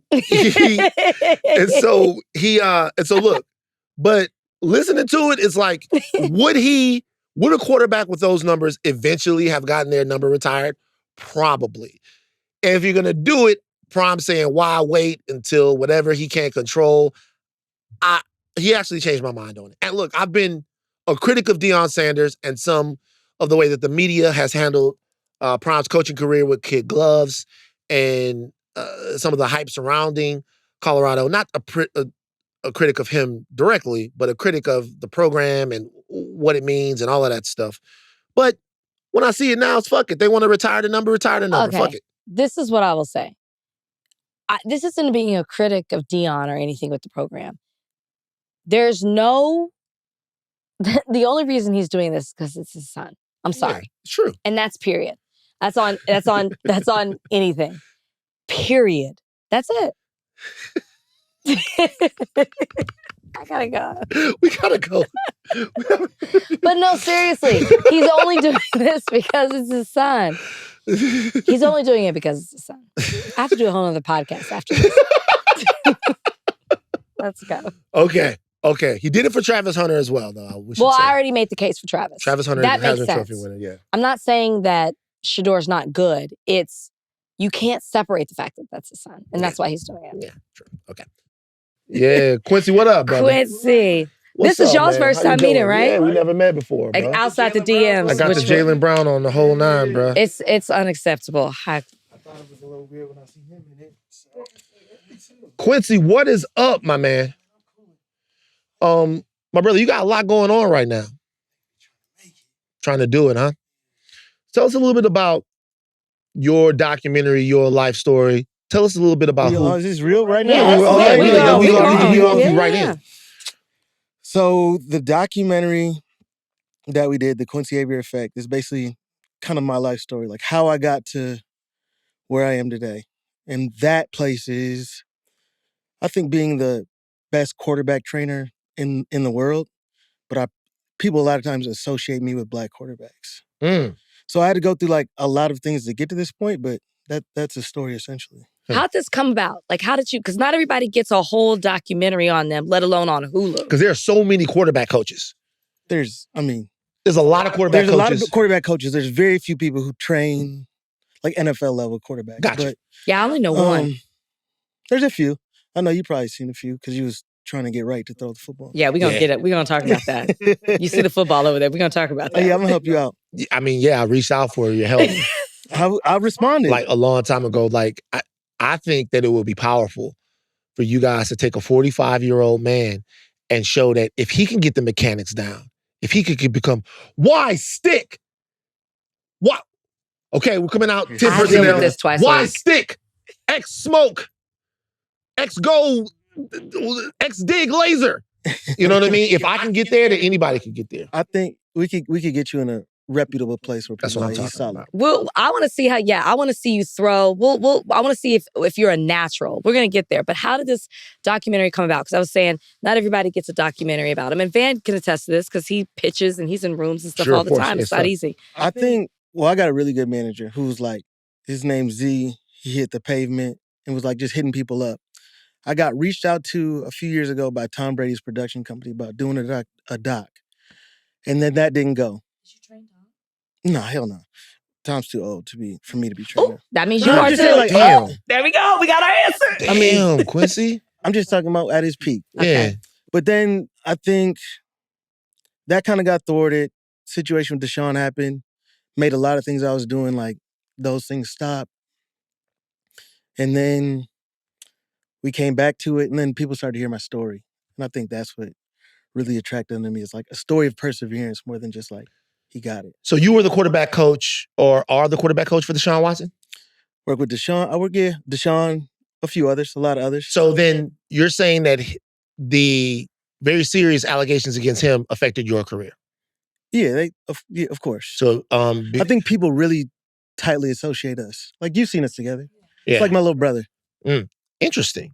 Interesting that you would say that even now, because a lot of people their perspective of him has changed from him being, like, just to be honest with you, at some point, the most all-American clean-cut quarterback ever, to now, a lot of people look at Deshaun Watson as a sexual predator. Yeah, and I think, like, when you hear my story and you watch the doc, you'll see, like, I've been abandoned. Like, I've been in situations where the people that I was relying on or counting on or needed some help from, they left me. And who would I be to do that to him? Like, I know you go through things. Like, I know we make mistakes. I'm gonna hold you accountable to whatever level I know of or don't know of. But my job is to be there for you. And I'm a friend first. Like, more so than a quarterback. And, like, his story, it is difficult for me because I know how much he did to get there. I know how much he went through. And I know where he's at now. And I know how a lot of other people, like, look at him and see him. But I know the person. Right? And the person I know is, like, a really good person. Okay, so this is what I'm going to do. Because we're going to move on from this and we're going to continue to talk about your documentary. But I have to say this, all right? A lot of people are going to listen to that and they're going to be triggered by this entire conversation. If in fact, the allegations against Deshaun Watson are true, right? You know him, I get it. Do you see the point in some people saying that would be, we all have people that have earned, and I get my ass kicked on this podcast all the time about Van's friends, right? So I'm not putting you on the hot seat, but it's up, so we're going to talk about it. Do you see people saying that if, in fact, and we're going to talk about dozens and dozens and dozens of allegations of Deshaun Watson exposing himself, ejaculating on, all that type of stuff, do you see the point in some people saying maybe that's somebody you should distance yourself from? I can understand any perspective somebody may have. Like, I get that. Yeah. But you got brother, you got sisters? Yeah, for sure. If they did something, like, let's say you knew they did something fucked up. Yeah. What would you do? It's a question I've asked myself about a lot of people. I think that oftentimes, like, people forget, like, they're human too. Like, if he made these mistakes, let's just say he did, I'm still not going to abandon him. It's my brother. You know what I'm saying? So I was 15 years old. My dad leaves me in a hotel room. Like, just leaves. I'm stuck there. 4 days. Like, I got left. I'm not doing that to nobody else. That's not who I am. So. Yeah. And I'm not like, I'm not saying what he did was cool or whatever. Like, fair enough. Just broaching it here. Fair enough. I get it. I understand it. Look, I understand it deeper than I think a lot of people do. There have been people that I've had to leave behind. But once again, I've told other people that there's some people that I've been too close to that have done things that are abhorrent, taken lives and all of that stuff. Although that there's going to be a lot that comes with that. And you're okay with that. I gotta be. There you go. Yeah, you probably, I get this all the time. Yeah, like, when I open Twitter every single day, the things that I see are oftentimes about him. So all right, let's get back to you, though. Let's get back so you call, like, building off of what you were saying, just like as a friend and who you are as a person and what you've been through, you describe yourself as a quarterback coach and a developer. How does that set you apart as a coach? Like, what is it that makes you different? Just explain the developer part of it. I think that the thing people know about me is that I care about them more than anything else. And I think that allows me to coach you hard because I care about you as a person. I know about these kids' family. I know about their girlfriend. I know about everything. And they can talk to me about these things. So I can coach you really, really hard because you know that I really care about you, like, as a person. So I think that's what separates me as, like, a developer. I feel like I help develop young men. This is the most important position in the world. These people shape their high schools. They shape their college campuses. And when you're at the top level and you're an NFL quarterback, you shape your city. Like, the way C.J. Stroud acts in Houston shapes that city, right? So I get to work with the most influential people in the world. Let's get back to that, or stay on that. What does it mean when you say you care about them? Because a lot of coaches are good at making it seem like that. Like, that's actually part of their ability to glamour people. But I feel like the kids, the young men, the men don't know what it means to actually have somebody care about you. Why don't you talk a little bit about that? So what I say when, like, I care about them, like, I'm going to hold you accountable, right, for the things that you do. And I think that a lot of people don't do that when they get benefit from you. Like, there's no wins and losses for me. You play good, you don't play good, I still care about your development. like how you're moving through life, like you're being a good person. Those are things that I care about, and I try and hold people to the standard of. You had some words about Shador Sanders, which I know I was Quincy. like, wow, Quincy, that's bold. Quincy and this motherfucker, like, I came in here to talk about this documentary. Y'all asking me about. Well, no, I'm Like, actually. I get it. Like, these are things that I do. Quincy said it. Quincy Yeah, said. I Well, the said reason these things. it's also hard because I want people, which the documentary drops April 23rd The Quincy Avery Effect. on Hulu, and I want people to watch it. I don't want to give away too much because I want them. Obviously, they can tell that you care about people. You work hard. It's a story of resilience, and you're also not afraid to say what's on your mind, which we love on this podcast, which I'm sure they're going to get in the documentary as well. But this is actually relating to it. When you talk about your journey, or you think about your journey and how resilient you had to be to get to the place where you are today, do you get frustrated when you see somebody like a Shador or maybe other people who could be deemed as Nepo babies get opportunities without necessarily putting in the same work that you or maybe some of the other quarterbacks you worked with have? Nah, not for real. I think that Shador has worked really hard. So I'd never want anybody to think that I don't think Shador has worked hard. And I think he's probably one of the toughest people that we see. And as like a Nepo kid or somebody who we would deem soft, he's not those things. Yeah, he was getting his ass kicked. Right, he got his ass kicked over and over. And I think that people also criticize like his brashness or his confidence. I like that. I don't think he's done anything like out of pocket. There's nothing that Shador's done where like you could look down on him or certainly. Like he's got a little arrogance. Yeah. He's earned some of that, right? He's won a lot of football games. He's changed 2 college programs. I just don't look at him as a football player in the way other people do. So what are the talk about that? See, I gave you let you explain it. See, you thought I was going. Yeah, I don't think I'm dunking on Shador. I'm not. No, so this is the I thing. get that. Let's just be honest. We are in an unprecedented era of second-generation professional athletes. Okay, we're seeing it everywhere.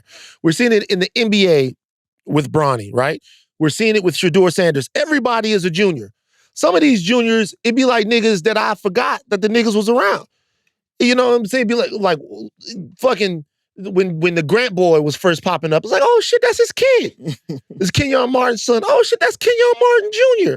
Like, and so it's interesting to see which ones of these guys have it and which ones of them don't, because it seems like any criticism of Shador is going to be a criticism of Prime, right?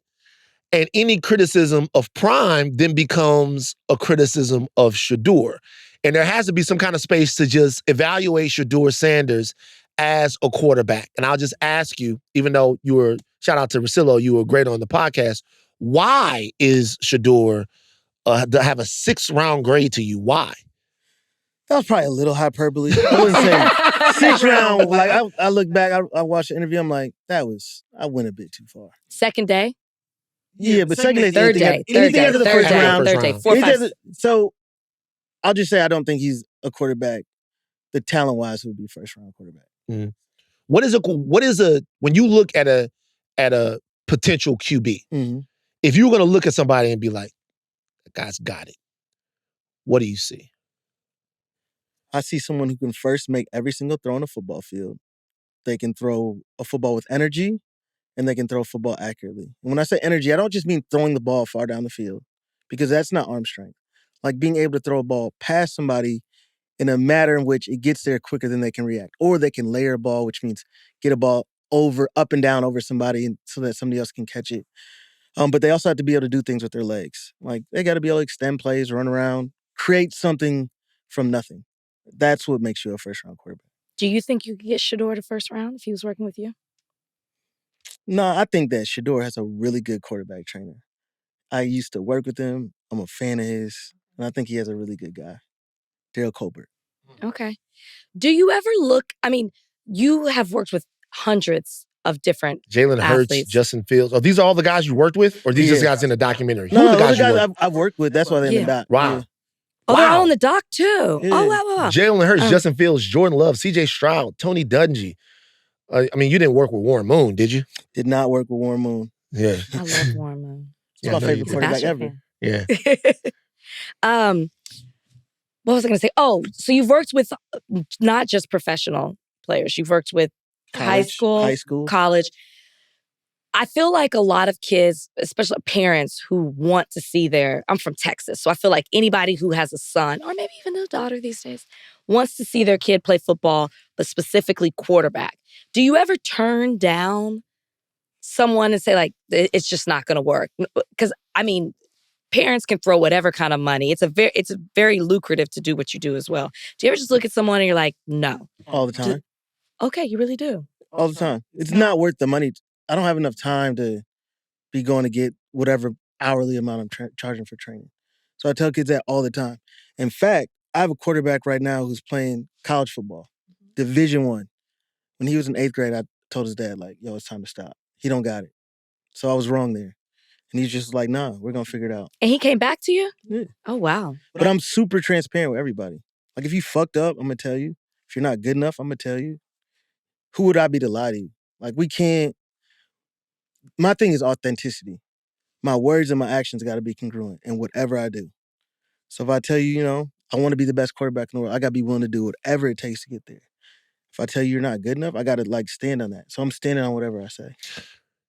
It's a position that you have to overcome adversity. You have to be able to overcome adversity. You have to be willing to throw a pick, come back, and still try to fit that ball in to make a winning play for your team if that is what's called upon you. What about your story makes you able to impart that on young athletes? Yeah, so adversity is... So I talked a little bit about that story. I took that out of the doc. I didn't think that was necessary, but I was homeless for 1,000 nights.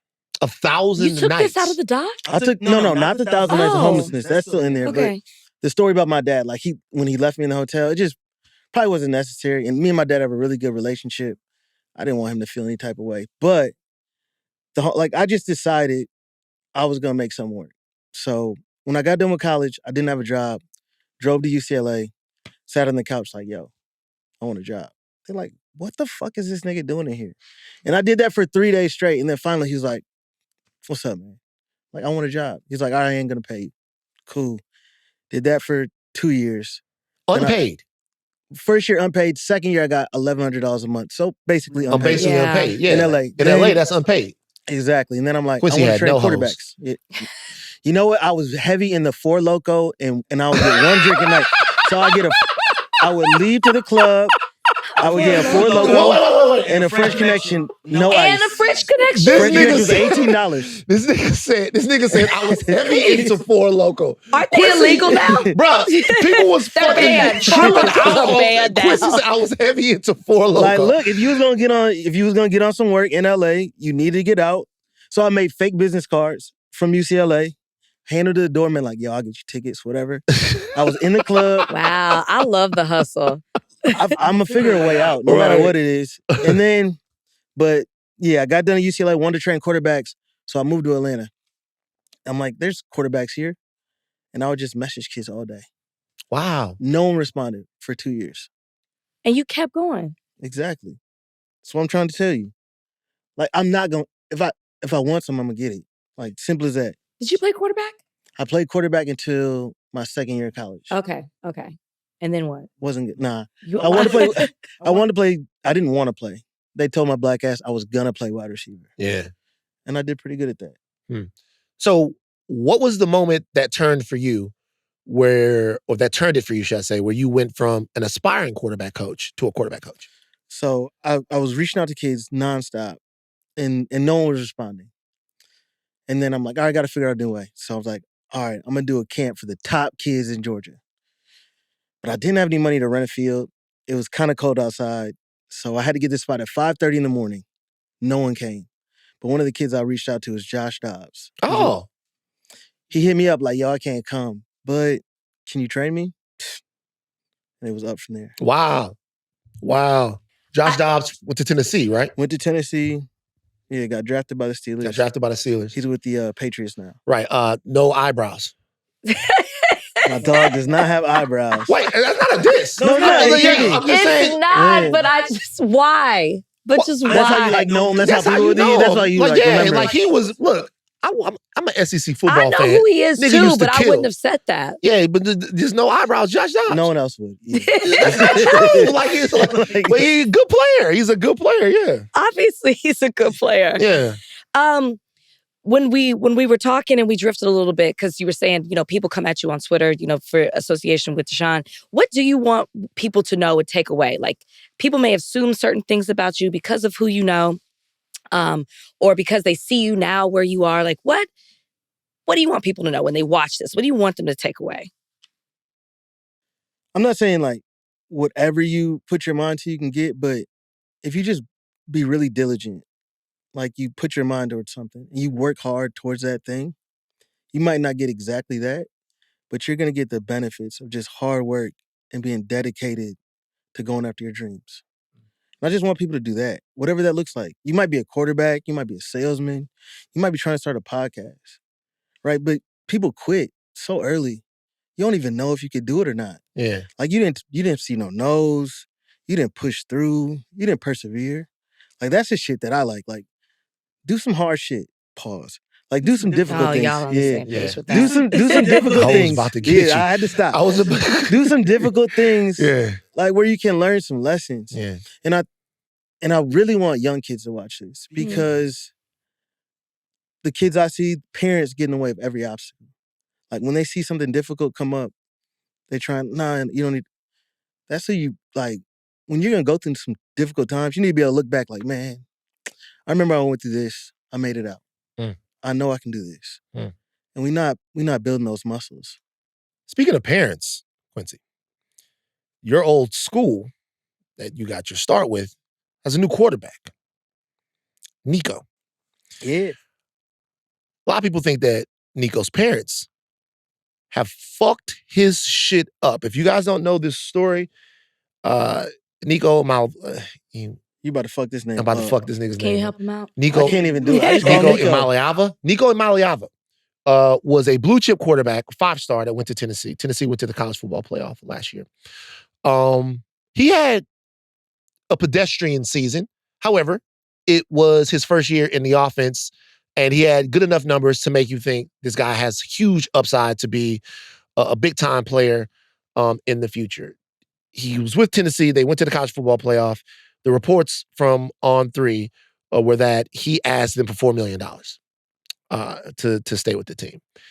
Josh Heupel, the coach of Tennessee, said, no, you don't get no $4 million. And other coaches around the country ended up not being players in his transfer either. If you guys don't know, it's big money deal for these quarterbacks now, particularly at these schools like Tennessee. He now is at UCLA. That news broke just recently, and he's going to be getting less than $2 million. So he was making a little bit more than that. He's making like 2.2, 2.3, right? 2.3. He was making a little bit more than that when he was at Tennessee, so it cost him a little bit. And a lot of people are saying that with the money that he's been cost and the injury that it's done to his reputation, that his parents, who most people are saying were advising him, his father particularly, Big Nick, that they have led this man astray, this young man astray. What are your thoughts on that entire situation? I think that he probably could have got some better information going into. But two people get a chance to make a decision, right? Tennessee had a chance to make a decision. Do we want to pay him more? Nico gets to go ask for more money. People do that in the NFL all the time. We don't have like a real long-standing contract. Yeah. Right? So every year we get to renegotiate. I know so many kids who've agreed to deals and before signing, they've been like, hey, I want a little bit more. And schools have given the money up. Yeah, they've given the money up. Yeah. So what Nico did was not that crazy. It didn't work out at Tennessee. He didn't get more money. But now he's at UCLA, who probably runs an offense that's more fit for him to go to the NFL. So he might have cost him $500,000 next year, but he could have made himself $30 million in the future. So it might work out, it might not. I'm all for kids trying to get more money. That's what I was going to say. NIL, good or bad, good or bad, as it stands. Fuck these kids' schools, right? Like, they ain't been caring about black kids for so long. Like, it's time for us to go get the bag. And however you got to do it, go do it. So let me tell you like this. All right. This is a big issue for me. I'm a traditionalist when it comes to college football just because I love LSU so much. Quincy, I can't tell you how much I love LSU. No, I'm aware. It's ridiculous. Like, I get in fights over LSU, and we went to a game one time when LSU lost to UCLA. Oh, yeah. And we were walking out, and one of these kids say, "Good, go back to the bayou." And I turned around and was like, "Man." We had to be like, relax. Like, continue to walk. Is NIL, in your opinion, good for the sport? Because I'm starting to wonder whether or not it's good for the sport. It's not. We need some guardrails. We need some legislation. We need a CBA. Right. There needs to be we need to just understand that these people are employees. Until we're honest with ourselves and just say that, then we're going to continue to be in fucked up situations where kids can do whatever. And we live in the wild, wild west. Top 5 quarterbacks right now in the There we league. go. Do it. All right. You got that doc list? Like, who's in the doc? No. We're not doing that. Be honest. Remember, you're a truth teller. And I gotta be honest. My favorite people are just the people I work with. No. Okay. But I don't watch some other of people. them should make this I don't list. I don't care about other dudes unless I'm going back and like watching something for somebody else. Yeah. So I watch tape for all of my guys. Okay. So any quarterback that I train in the NFL, I go through and watch film of their upcoming opponent. And then I'll send them notes. So they'll have a PDF of the notes. So I don't really watch quarterbacks like that. I watch my guys. So who are the best So they're quarterbacks the then? best, yeah. Okay. Top 5. Geno, CJ, Jordan Love, Jalen Hurts. Damn, I'm forgetting some folks. Who are the top 5 quarterbacks who need Quincy Avery? Damn, that's crazy. I wouldn't say any NFL guys because they're in the NFL, right? They're solid guys. There's people who I really want to work with Nico because I think he's talented and I think he's been led astray. And I want to be able to help him. So that's someone who I see him like, I can help you out. Mm-hmm. Right? I can help you be not only a better quarterback, but help you navigate these situations a little bit better. Because let's just say his parents did mess this up. At one point, you got to really separate yourself from your parents. They can't be your manager, parents, your manager and your parent because the lines get blurred and you end up in fucked up situation. In 15 years, we don't want him looking back like, I don't fuck with my dad because he put me in this bad situation and I wanted to be in the NFL and now I'm like working a job, like a regular job. And not that that's a bad thing, but I don't want him to be there. And that's the kind of situation I'd like to prevent guys from. Jaden Daniels is with his mom a lot. People are starting to wonder what the hell's going on. Jaden Daniels' mom, I've known him since he was in high school. She's always been really, really involved. Like we were at the Elite 11 and his mom was out there the whole week. I think I like it. That's unique, right, in that situation. But I've never seen her be like problematic. Right. Right? There's people who talk about her at Arizona State and her being in the way in some recruiting stuff. But every interaction I've had with her is positive.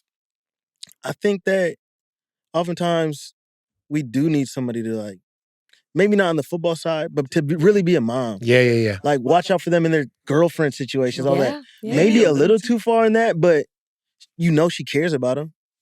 I like it. I like all that energy. I think that's how I would be. I think that my knee jerk is to be like, it's too much.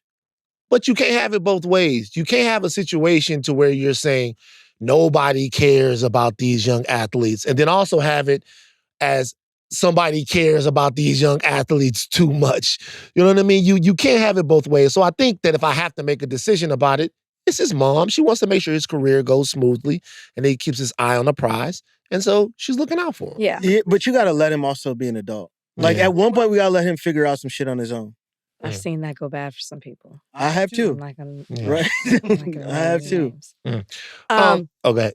No, go ahead. Because I was gonna go get the football over there. Yeah, for go get the football. I need you to understand. He wears these gloves though. He's starting to wear them every podcast at this point. They're baseball gloves. I noticed the texture of the material was the baseball leather. gloves. Yeah. So they're baseball gloves. What just brought that upon you? Well, go back to the text to him DMing you because I didn't believe it when I was with. We were in Austin, and I was like, "No, you must have a different van." I DM'd a lot of quarterback coaches because I wanted to start quarterbacking. Okay, I want to start for what? Because I see all the quarterback. Hold on for a second. Let me see. I'm gonna do the one glove like Tom Brady. I want to start quarterbacking. I need you before I even get into Let me see. Let me see. Wait. Donnie, Quincy, send this to Donnie. What? You sent a picture of yourself holding the football. Yeah. Who do you think you are? I was trying to reach out to the best quarterback coach in the fucking game to get some help so I could quarterback. So this is my Quincy. You got to rate my quarterback cosplay. So we get the call in. Okay. All right. I'm here in the huddle. I'm in the huddle right now. Yeah, I'm in the huddle right now. All right. Strong right, wide dig, X post, Z go. All one-on-one. Ready, break. So wide dig. So Y's running the dig. Yeah, I got that. So Y's running the dig. The Z post. Z post. So they're on the same side. Yeah. So we got like a quarters concept. If they're in quarters coverage, we got the post Right. opportunity. We got the dig is gonna take away that zone. That safety, and then we got the post and then the post is going over the top. Okay. Okay.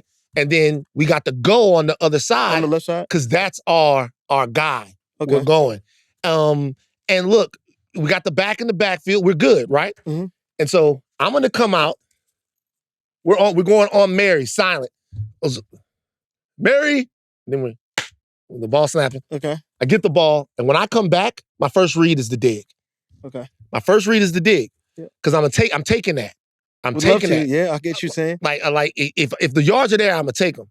However, if I see the post coming over the top, I'm gonna hit the post. That's a great plan. And then if I got time, I might see what I have on the left. Okay. And maybe throw, a back shoulder or a 50-50 to my go. If I got somebody that I like, depending on the personnel. What are your thoughts?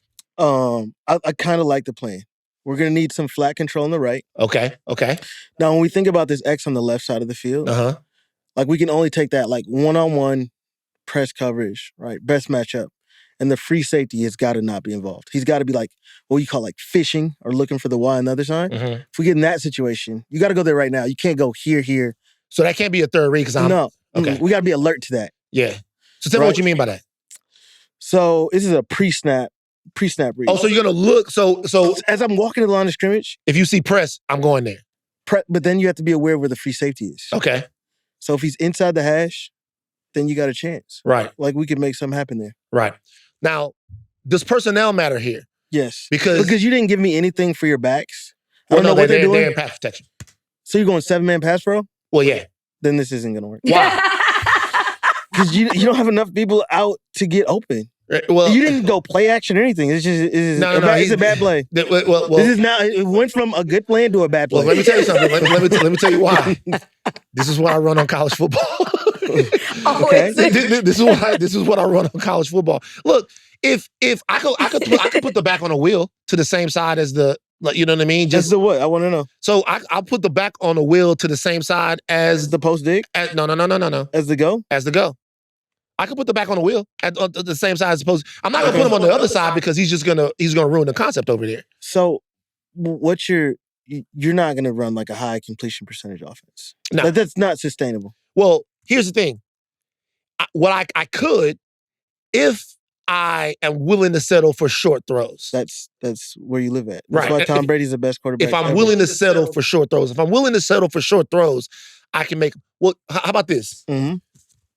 I just don't like how you're holding the football. Okay. I feel like it's too deep, like in the depths of your. So I don't know. This is great. By the way, how many people come to you at this big age and say, "I want to get into quarterbacking"? I don't even know what that means. Everything is a diss.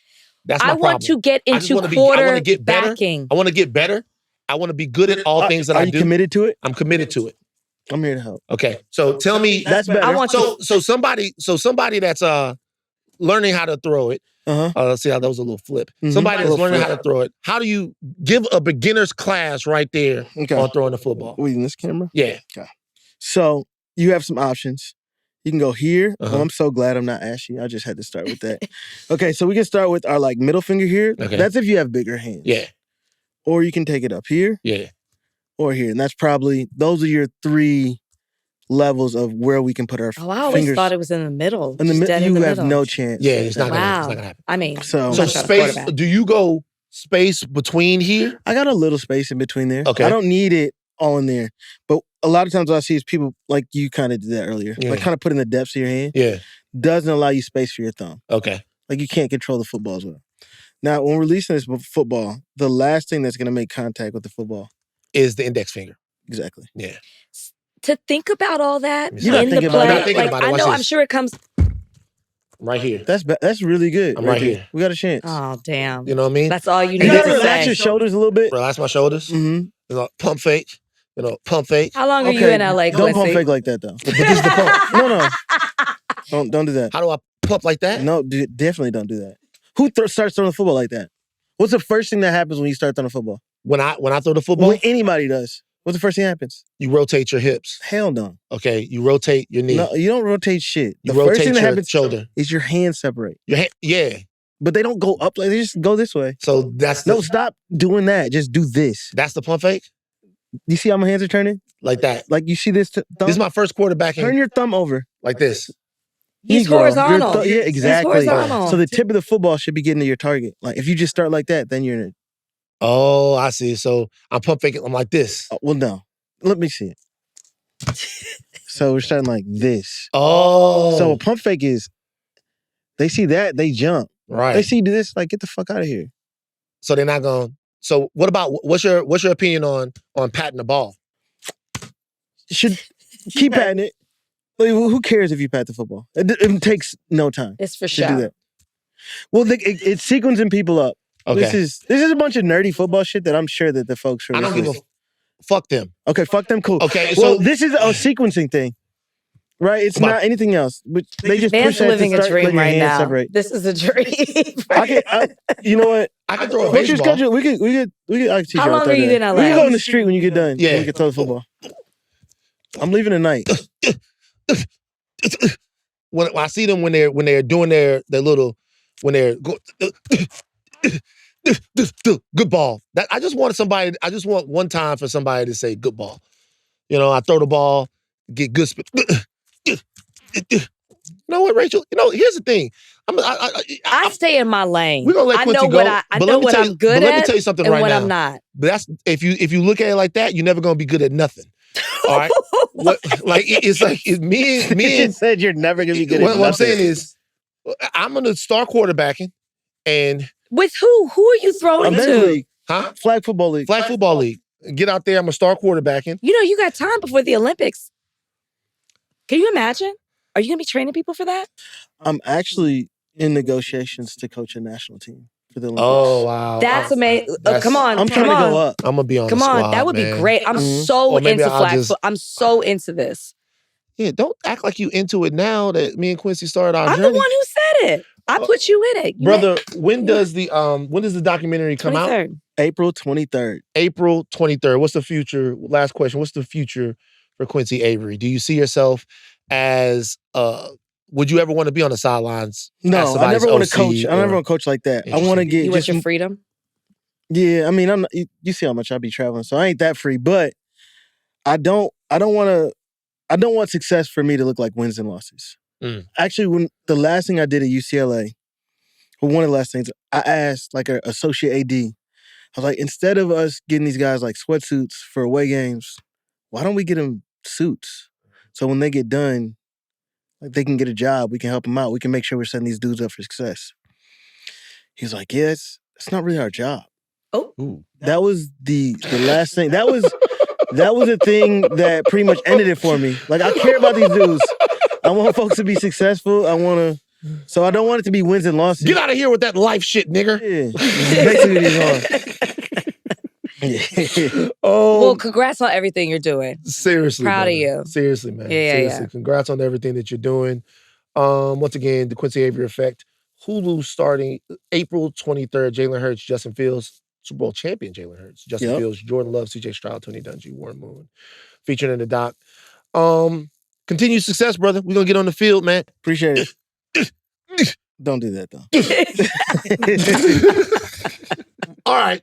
We have to get out of here. We have Kamil Lewis coming on the podcast right now. We're going to talk sex, love, porn, and the normalization of talking about sex. Next, fantastic interview. All right. It's time to talk about sex and love and relationships. And I feel like it's something that a lot of people need to talk more about and get educated about and get, help with, because I feel like a lot of people are really girded up and hung up about it.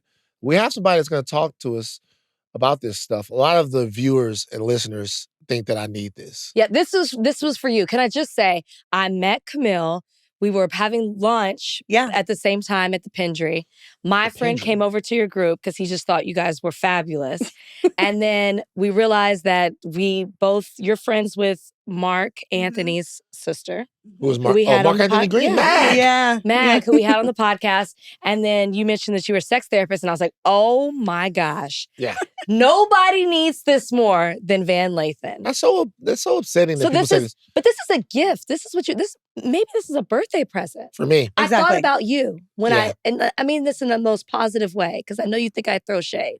So we are so happy to have you on the podcast. I'm glad we can make this happen. Kamil Lewis is her name, licensed marriage and family therapist with a master's degree in clinical psychology. Now, before you were a therapist, you had a career in law and entertainment. Tell us about your former life.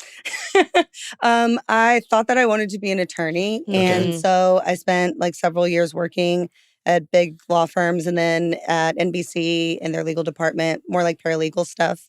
And it didn't really resonate. I get it. And then I was surrounded by miserable lawyers and people telling me not to do it. And it wasn't because of that I didn't do it, but I was like, if I felt excited and passionate about it, I would have pursued it. But then I was really thinking about how to make more individualized impacts on the Black community specifically. And I was like, mental health, let's go. And my mom's a psychologist. She told me not to do it, and I didn't listen to her either. So, yeah. But you're happy being I'm really happy. A therapist. Very happy. That is very true about lawyers. Lawyers will tell you when you work, same thing with me, you don't want to do this. It's miserable. Yeah. I've never experienced that in any other career like I have with law. Yeah. So you made the right decision. You both did. You both did. Tell me one thing, marriage and family therapist, sex therapist, one thing you would want Black men specifically to know about sex. Black men specifically to know about sex. There's so much, but I think that I would want Black men to know that like their sexuality is their own. And I think that because of all the messaging that we get about sex and being hypersexualized, especially for Black men, you think that you might need to perform a certain way, look a certain way, be interested in certain things, and that being curious and exploring is I think one of the most important components of sex. And so if you're like patient and curious with yourself, that is essential to having pleasurable sexuality. Yeah. I love that question and I love the answer. And I'm wondering, like in the work that you do you see more people coming to you as, I guess, the stereotype of what it is to be masculine is being challenged more and more as we move forward? Do you see that with young boys, Black boys? Do you see that with adult men? Can you talk a little bit about that? Yeah, I think that the way that masculinity has been evolving is really interesting because it's always looked different across different communities globally. But the way that it has been formed by patriarchy here in the US is really intense. And I've seen more men be curious about their sexuality, be curious about the things that they like and that they're interested in. And like, I think the biggest question is like, if I like this, does that make me gay? Does that make me like weird, whatever it is? And so a lot of the work that I do is normalizing and really working on acceptance and being curious about pleasure and where it lives in your body and how to access it. And so I would say, yeah, I work mostly with adults. So not as much with minors, but that's mostly what I see. Yeah. Are men afraid of pleasure?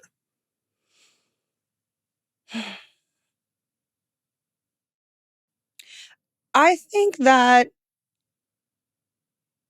I don't know that men are afraid. I think that most people are afraid of pleasure because the world that we live in kind of teaches you not to be engaged with pleasure. Yeah. And I think that men feel like they are supposed to feel pleasure by certain things. Like certain things, they're always supposed to be horny. They're always supposed to be ready to go. And so they might not be as patient with themselves. And so I don't think that they're as curious as I would hope for folks to be. But Right. I don't know about afraid. Yeah. Well, the reason why I say that is because to experience true pleasure, in my opinion, sometimes you have to let go. Yeah. Sometimes you have to relinquish control. sometimes you have to give up Mm-hmm. a part of you and you have to make a secret. Mm-hmm. And give up a part of you and make a secret. What I mean is like, the best thing about intimacy to me isn't the physical act. It's the little thing. Hey, it's me, it's you, it's hey, you taking your clothes off, I'm taking my clothes off. Now, all the things that we kind of put up in the world to shield ourselves from one another, for whatever reason, be it lust, be it feeling, whatever, we've just decided to shatter all of those and become two things together, making a little pact. And I think that a lot of times in that, if you can't really let go, you'll try to control yourself or control the situation to where you're not having as much fun and indulging as much as you should be. But I think that comes from perception. You know, for sure. It comes from like what you think is going to be the reaction to that, like after you're finished and after you're done with it. And a lot of times, like, you know, when we were in the crew back in the day, we would debrief after one of the homies would have sex with somebody that we knew. Y'all do that? Well, y'all just put all our business out there? No, it's not so much about the woman as it is about the guy. You can't tell the story without talking about her. Well, you can. Listen, I'll tell you what the debrief was. Especially if the homie is after somebody and it's been after her for a while and then they have the sexual relations and stuff like that. We're not debriefing to see the ins and outs of it. We're seeing if he was up to the task. Because if he hit it right. Okay. Because back in the day in Louisiana, the BDRs would go around. And the bad dick reports. Oh, I thought it was big dick report. Okay. And so if the bad dick report came back and got into the crew, it wasn't the ladies that would be on you. The rest of the crew would be on you. What does it mean to have bad dick? The women decide that. Okay. Then they come back and then they say BDR for this guy. And then as younger men, we would, you know, give them the business. That's how toxic we were. Can we please break this down? Yeah. Because one, I got to know if this is very common.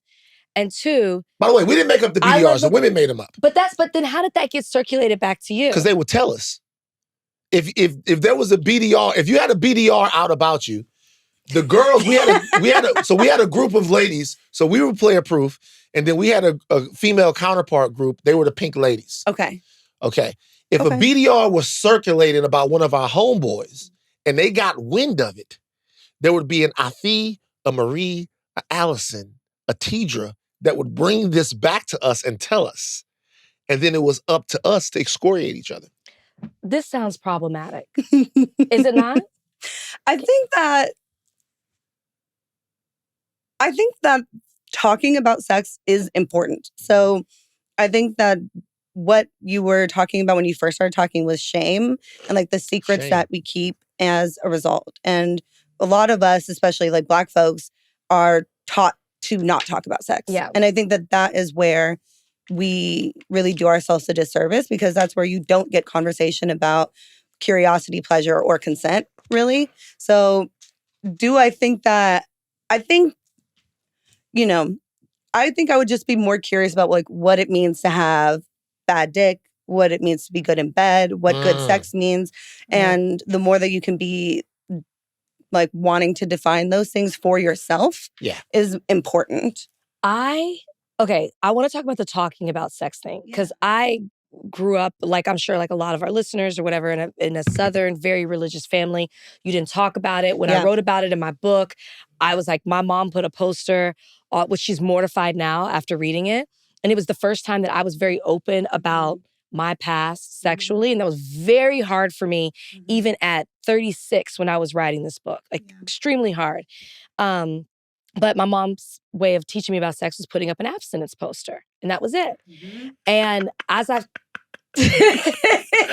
no words were spoken. Yeah, literally it was just like, here. Put up, slammed the four corners, big, bold, in all caps, abstinence, and walked out. And I remember I was on the phone with someone and I just started laughing. But that was literally my conversation. And I'm not she saying did that when? When I was 14 or 15. Okay. And I'm not doing this to shame my mom. Mom, I think a lot of people do this, especially also growing up in purity culture. Yes. So it was hard for me growing up And even into adulthood, I felt a little shame about talking about sex. And Yeah. Van is way more open about it. And sometimes maybe he's one extreme and then I get accused of being prude.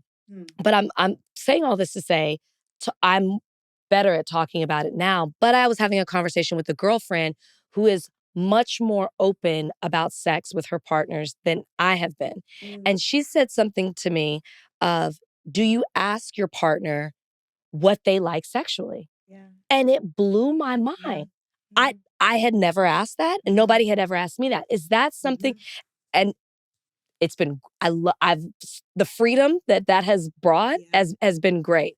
Is that something, like, can you talk about the importance of asking, and then how quickly should you ask someone that you're intimate with what they like, what they don't like? Yeah, kind of like the love language of sex is how it's. Yeah, I mean, like, to your point about purity culture, it has such a impact on how people relate to their bodies and to sex. And the abstinence only education is really, really common, especially like in the American South and all over. So like having comprehensive sex ed means you have to talk about it. Like, and when you don't, and we see what abstinence only education does, like more pregnancies or, fatal abortions or not access to abortion care, things like that. So talking about sex is so important because then you get to understand that it is something that most people are participating in some way, even if they're not having it.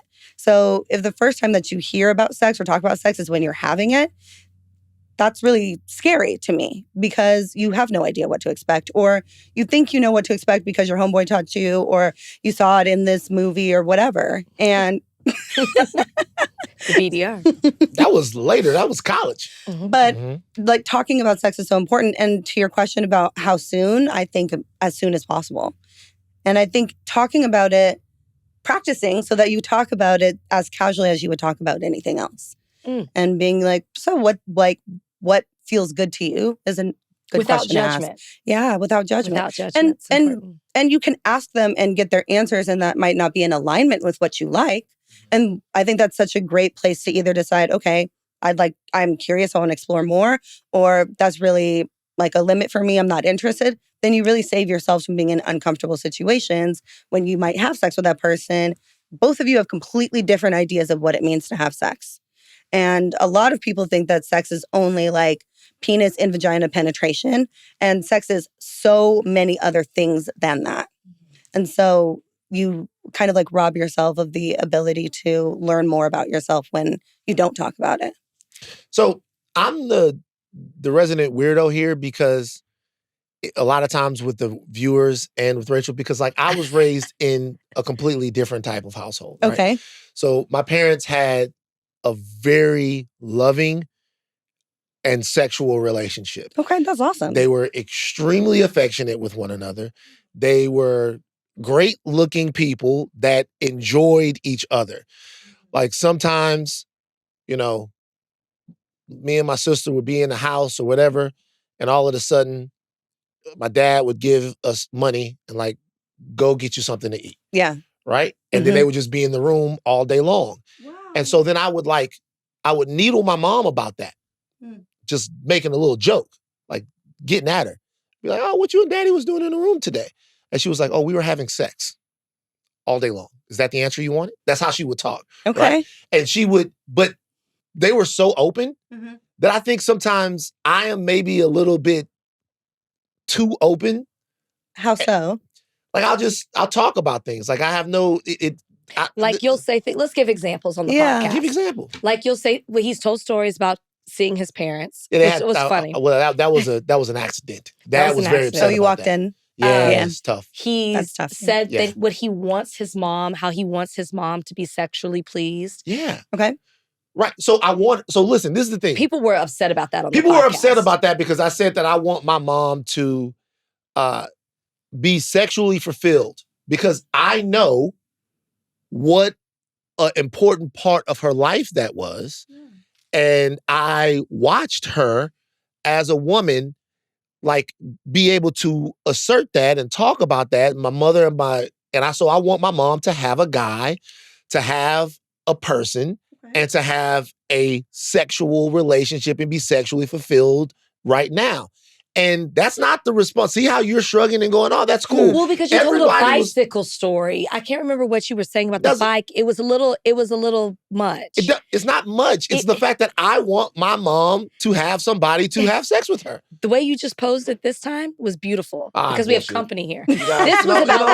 This was about like riding a bicycle and the seat. Something you were talking. I don't know what you're. Yes, it was. Well, no. 'Cause I bought her a bike, but listen, a lot of people are uncomfortable saying, "Hey, this is a part of life that people glean pleasure from, and if you want the best for someone, how could you want the best for someone in life and not want them to be having good sex?" So am I the weirdo, or is the audience like way too prudish? I'm a bunch of prudes in the world. I think that people are shamed.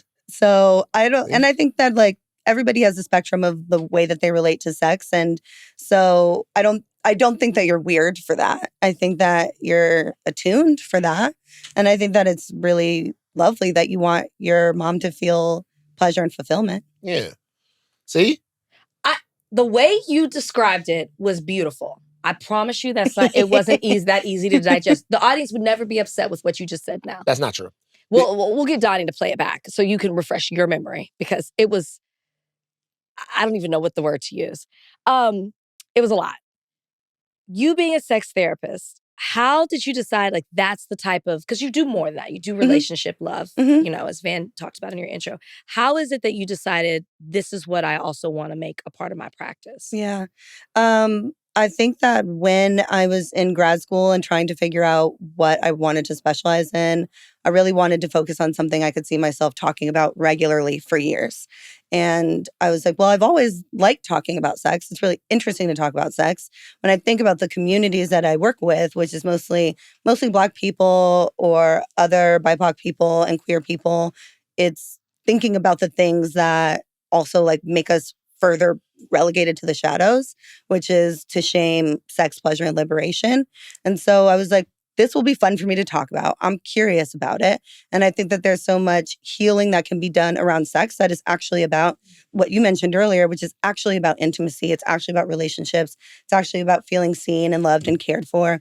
That's mostly what people actually want to talk about.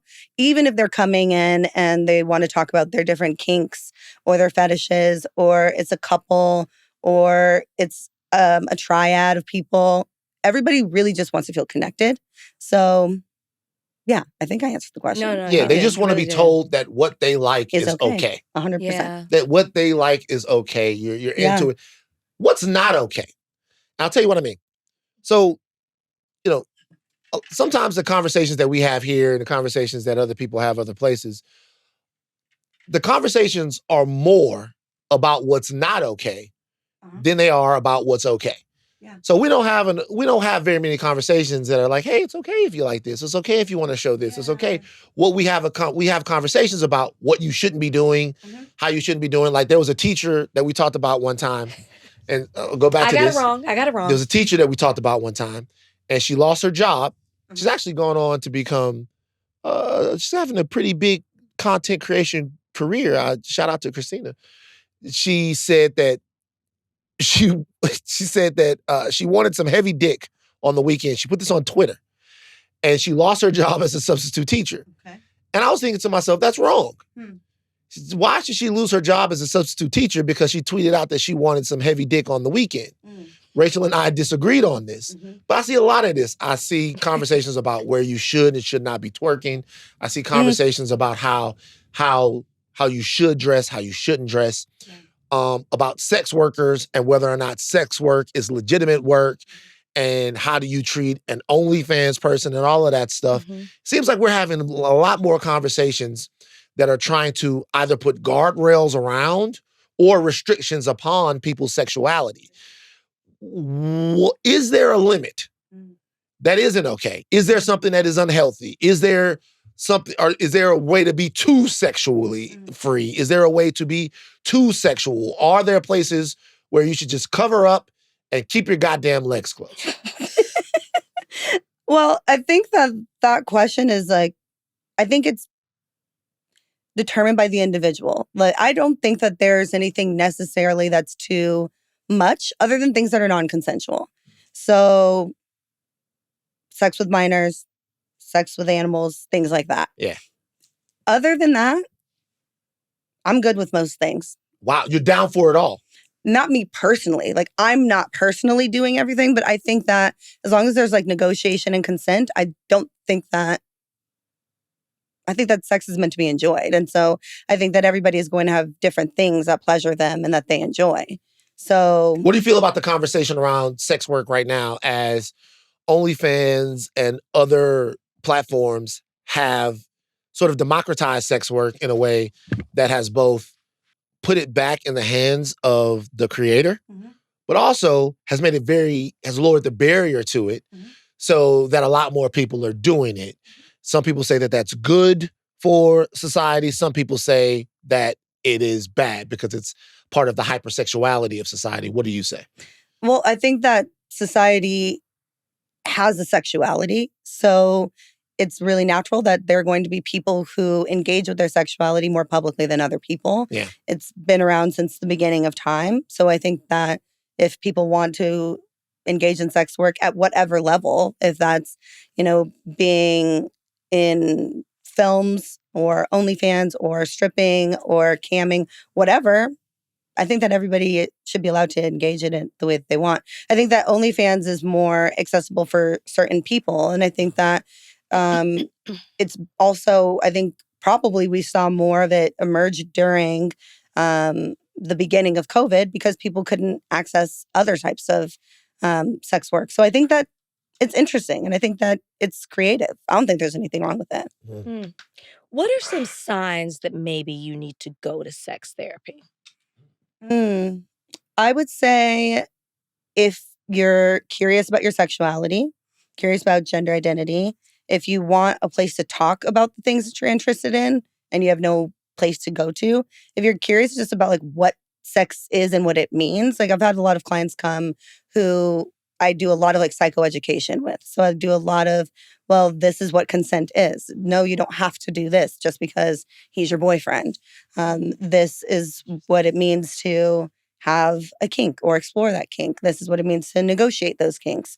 But a lot of people might come to sex therapy or think they need a sex therapist because of addiction. And I have a different take on that, which might ruffle some feathers. Let's hear it. Yeah. Well, I think that a lot of people come because they think that there's like a porn or a sex addiction.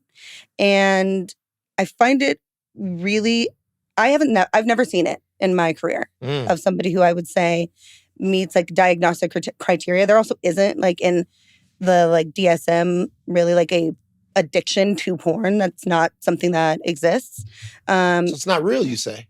Oh, I would say it's not real. I would say that it would have to. I would say. Your response. Well, he's closed the door, and you might have opened it. I know. So you're saying that it's a lot of mumbo jumbo about what the porn addiction, the fairy tale of porn addiction. Say more. Well, I would be curious when people come to me like for a consultation and say, my girlfriend says I should come here because she thinks I'm addicted to porn. That's something common that I might hear. And then I would ask them, what is your porn usage like? So for you, I'd ask you that. Do the back in the day. Like? Do the back in the day. What was it like? Let's not talk anything now. So now, not negligible, not happening. Which means not at all. Basically. What's basically? I mean, maybe once a month, literally. Wow. Once, maybe twice a month. I'm serious.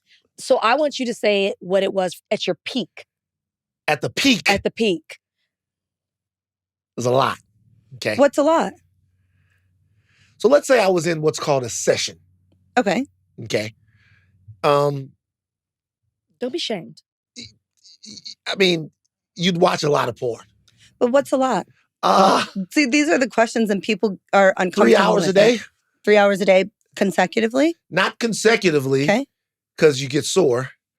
So I would say when you're on, I would say you were definitely masturbating every day at a point. Sure. Definitely masturbating every day. but you were watching a lot of porn to get there. So I would say, yeah, you were carving out a couple, 3 hours, maybe longer, maybe sometimes 4 hours. Maybe sometimes you come home from the gym and you take an afternoon to wind down and you would use porn. Okay. Yeah.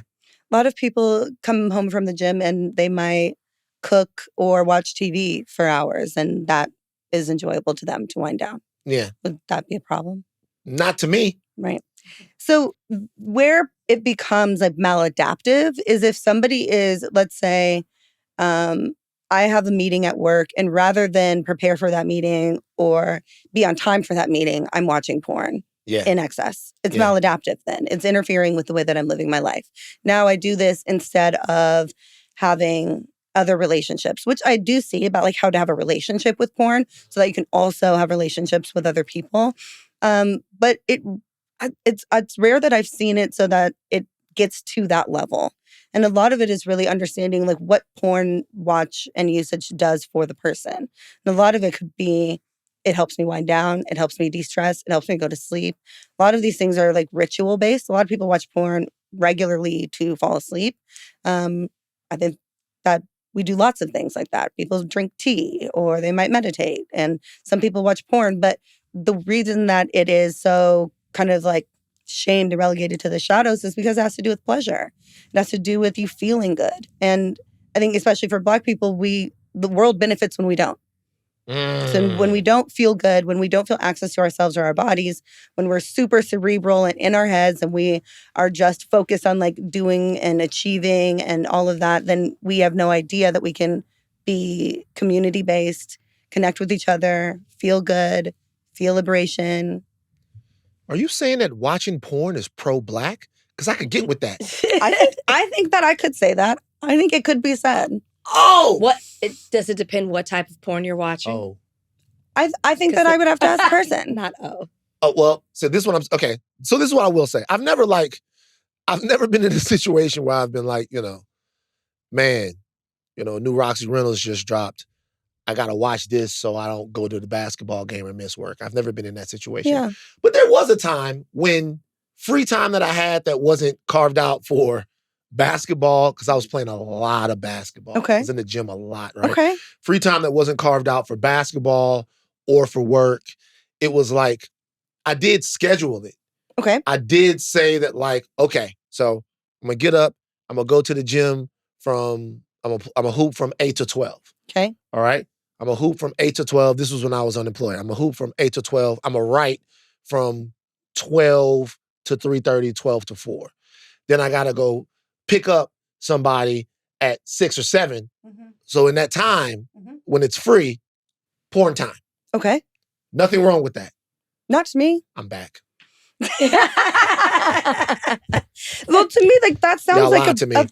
a plan of a day. Like a lot of people who are partnered, they have sex. They plan sex, right? They plan to connect intimately with their partner. They might, and we wouldn't say, oh, you have sex every day. That's crazy. You shouldn't do that. That's problematic.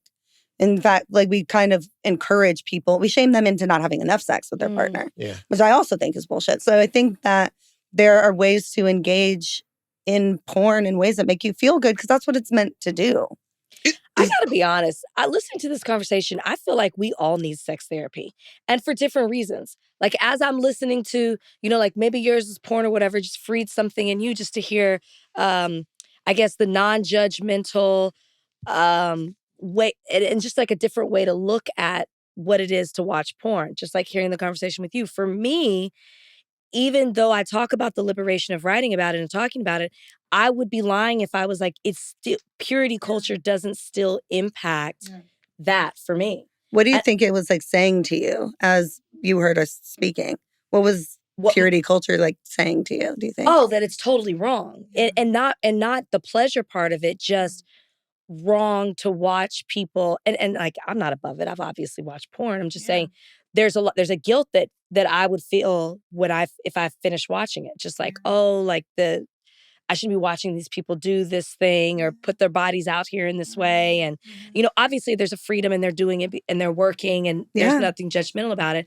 But the guilt from the purity culture is like, this is wrong. You shouldn't be doing it. Or there are many sermons that, I've been to that where pastor of my church talked about his own addiction. Yeah. He calls it addiction. His own addiction to it, and how, it was wrong, and how he was using it in a way to unwind and everything, in a way to kind of tell us we shouldn't be doing it as well. So I just think about those things. Yeah. And I just think maybe we all need a little bit of sex therapy in our life. That's what I'm taking away from this. Well, I'm sure that a lot of people can relate to what your experience is of listening to this and are probably like, wait, what? Like, and, I've had people like, you're supposed to be a therapist and you're telling people it's okay to do these things. And I'm like, well, yes, of course. I want people to feel good and connected to themselves. And a lot of times, like watching porn or masturbating or touching yourself or looking up something else that you haven't explored before just like helps you figure out more about yourself. It's education. It can be. And I think that it's important to connect with yourself and connect with your erotic self and be curious about what types of porn turn you on and what types scare you.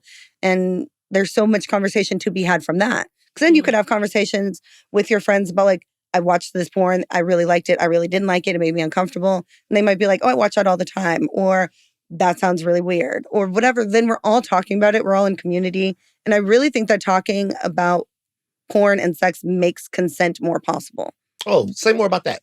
Because I think that we are so conditioned to think that sex happens this way and you should like this, or this is what it means to say no to something and this is what it means to say yes to something, which we don't really have a lot of language for. Like, I think, especially for most people who identify as women is like, or have been socialized as women, it's like the lie there and take it type of mentality that you've kind of been told implicitly and explicitly. Sex is for cis men to feel pleasure. It's for them to come and for them to feel good and for you to like, if you feel good, like maybe. But I think the more you're talking about it and the more that if you were sharing like with the type of sex that you had with one of your homegirls and she was like, whoa, wait, do you like that? Even if that's where you get asked if you like it, if it wasn't your partner. And then she might be like, I don't know, it was kind of weird.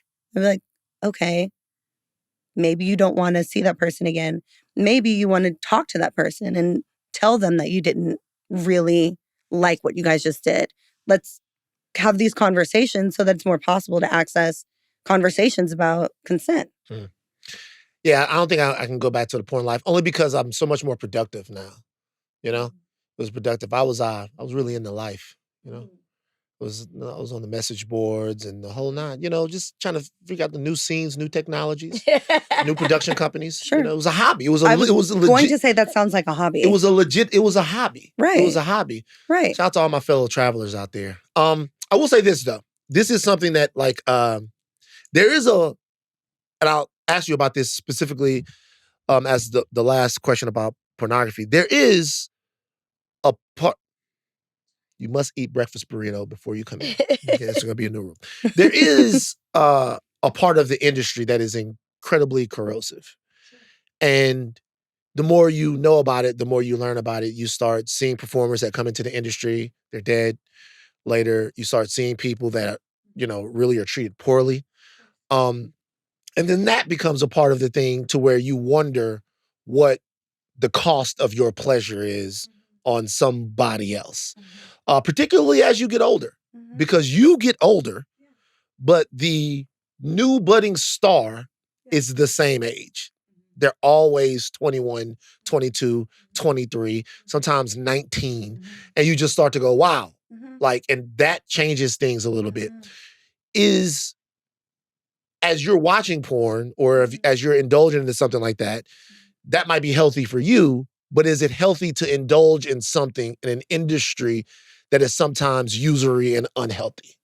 Well, I think that what you're talking about is like where your values alignment is. And like when you think about values alignment, if it feels important for you to watch content where the performers are a certain age or a certain race or a certain demographic, can you imagine a world where that exists? Yeah. Yes. So blacktouch.com. Then and there's so many like ways to have ethical porn and ethical porn sites. Yeah.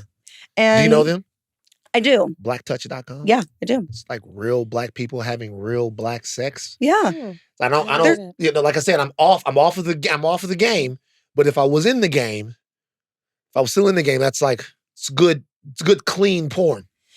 Right. And so if that exists and if that feels important for your pleasure, then I think that is something really wonderful to explore. And a lot of times people watch porn and don't want to have that type of sex. Like it's really common actually for women to watch more like what's considered hardcore violent porn. Like they might watch more gangbangs.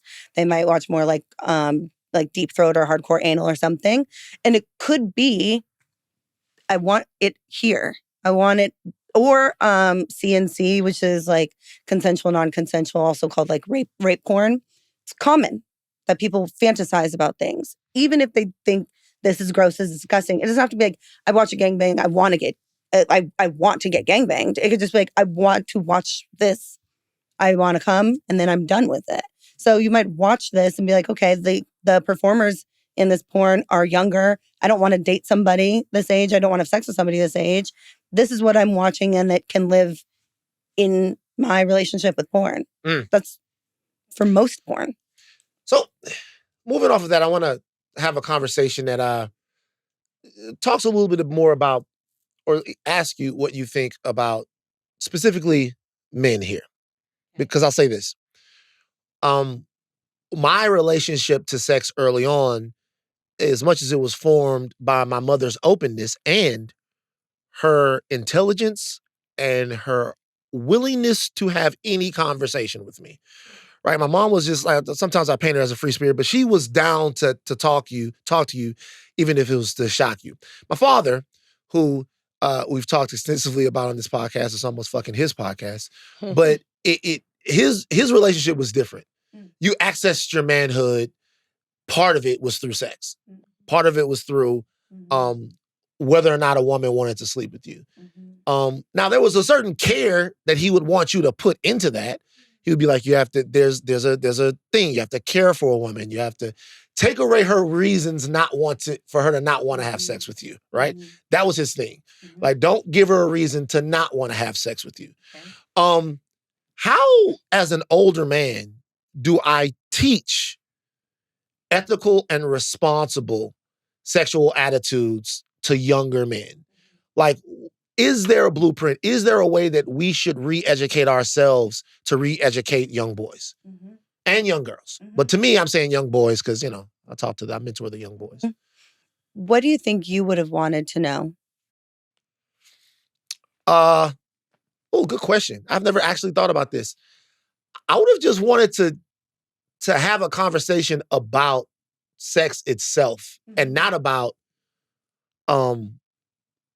cocksmanship or game, which is what my dad gave me, right? Yeah. I just wanted to have a conversation because, like, I remember the first time I was in the 7th grade and I saw a bra strap and it blew my mind. I saw a bra strap on a girl, blew my mind. I was like, it's titties behind there. Like, she actually has titties for real. Titties are not just on TV. Titties are on the bus with me. And I thought about that the whole way home. And what I wanted to go home and go to my dad, I was like, Dad, can we just have a conversation about like titties? Yeah. And I don't feel like that was going to happen in that situation. It might have, but when we talked about sex, we didn't talk about that. Yeah. It was either a laugh, a wink and a nod, him having fun with his brothers, or it was about, this is how you get a girl to have sex with you. So my curiosity would have been more about just stuff that I saw for him to kind of break it down. Yeah. So you're asking about comprehensive sex education, and that is definitely something that we can all have continually with ourselves at our ages now and to younger people, and talking about sex for not just also like the abstinence only conversations or like the fear-based conversations, which is like how to not get pregnant, how to not get an STI, how to be afraid of sex. So it sounds like you just wanted to know what it is. Yeah, a little bit more. And I think that that's really great because a lot of us, it was just like, don't have sex, and then have sex and be good at it. rather than this is what bodies look like. This is what things might smell like. This is what bodies might do. I think like this is what different types of vulvas look like. This is what different types of penises look like. This is how long erections might last. This is what an orgasm is. Like things that you can just talk about. And kids might ask you, or younger people might ask you, and you might not know the answer, and that's okay. And then it's finding the answer together. I would say on the flip side for me, if I was asking for women, it's, well, one, if you were asking me the question, what would I have wanted to know? I would have not wanted sex to be tied to religion because it very much so was, and guilt and shame and fear. And the other thing, even if you don't have the religious aspect, I feel is for women, it's very romanticized. Of when you have it the first time, it is like stars are going to start shooting up and, like fireworks and it's going to be this most amazing, beautiful thing. And that person that you give it to, like a fairy tale, that's who you're going to be tied to for the rest of your life. And I would have wanted to know the reality of it. So like almost, I guess fans question the same way, but for women, how do we combat that? Or how do you have those conversations? And maybe the question too is, for me, so I'm giving you a lot, but for me, I didn't get it at home, so I sought it with my friends. It was like, well, let me just go to my friends to get it. And or teach me, like how to do this, or like what is this, And that's not always great either. So should it be taught in school? Would be the next question to that as well. Yeah, absolutely. Absolutely. If it's taught in a comprehensive way that also talks about, pleasure, gender identity, sexuality, all of those things. You believe all of that should be taught in school? Absolutely. Absolutely. And like the way you can talk about consent and things like that is you can talk about that from kids, little kids. If you want to give somebody a hug or not, that's a conversation about consent. But to your point, the tie to purity culture and like your virtue and big words of things like that, or losing your virginity, which has its own weight to it. And then you think about how you've disappointed people. And I think that is what comes along with it for a lot of women and girls is it's like, what does this mean about me now that I have done this? And the difference between shame and guilt, which I might be familiar with, is shame is that I am something bad and guilt is that I've done something bad. And so shame is like you then feel like I am disgusting. I am not lovable. Nobody will want me. I'm broken. I'm used goods. All of those, like that language. And I think that for women and for girls, I would just want people to feel like your sexuality is yours to do with what you want.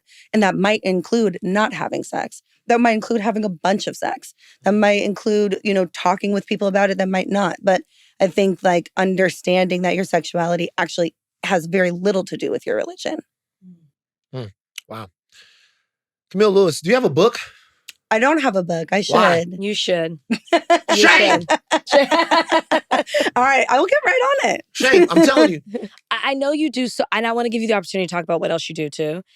We talked a lot about sex just because it's been a topic of conversation. We come from different places. We have different takes. He's a guy, I'm a girl, all these different things. Our audience is very involved with, our takes as well. Just thought it would be really great. But talk about the other things that you offer as well. Yeah, absolutely. Also, talking about sex is great. I could do it all day, so no worries. I'm getting more comfortable with it. Yeah. You look really comfortable with your hands crossed. Oh, no, I just say that this is a new position for me. I normally have my shoes off and my legs crossed. You said what? For me. It's a new what? Here you go. We do a lot of that. A lot. She's losing it up, guys. No. Just in time for summer. More comfortable. Just in time for summer, fellas. Wow. Just in time for summer. We're doing the Lord's work. Hot girl summer here for Rach. But no, you were saying. Yeah. So I help to run a private practice, and it is mostly focused on queer and sex therapy population. So a lot of intersectional identities, identity work, relationship work, a lot of sex therapy. And I also teach at Pepperdine. I teach human sexuality to the master's program where I did my master's. So, yeah. Religious school. It is a religious school. The Waves. Mm-hmm. Religious school. And like, what is it like teaching sex ed at a religious school? It's not great. It's okay because I don't teach it at the undergrad level. I don't even think that they would allow it. Right. But the human sexuality course is only one unit. It's 5 weeks rather than a full semester. So it even like institutionally teaches you that this isn't important. And every time I teach it, all the students are always like, wait, why don't we get more of this? So of course. Yeah. Kamil Lewis, thank you for joining us on Higher Learning. We're going to continue to talk about sex. Yeah. And maybe celebrate your re-entry into the porn. I don't think I can.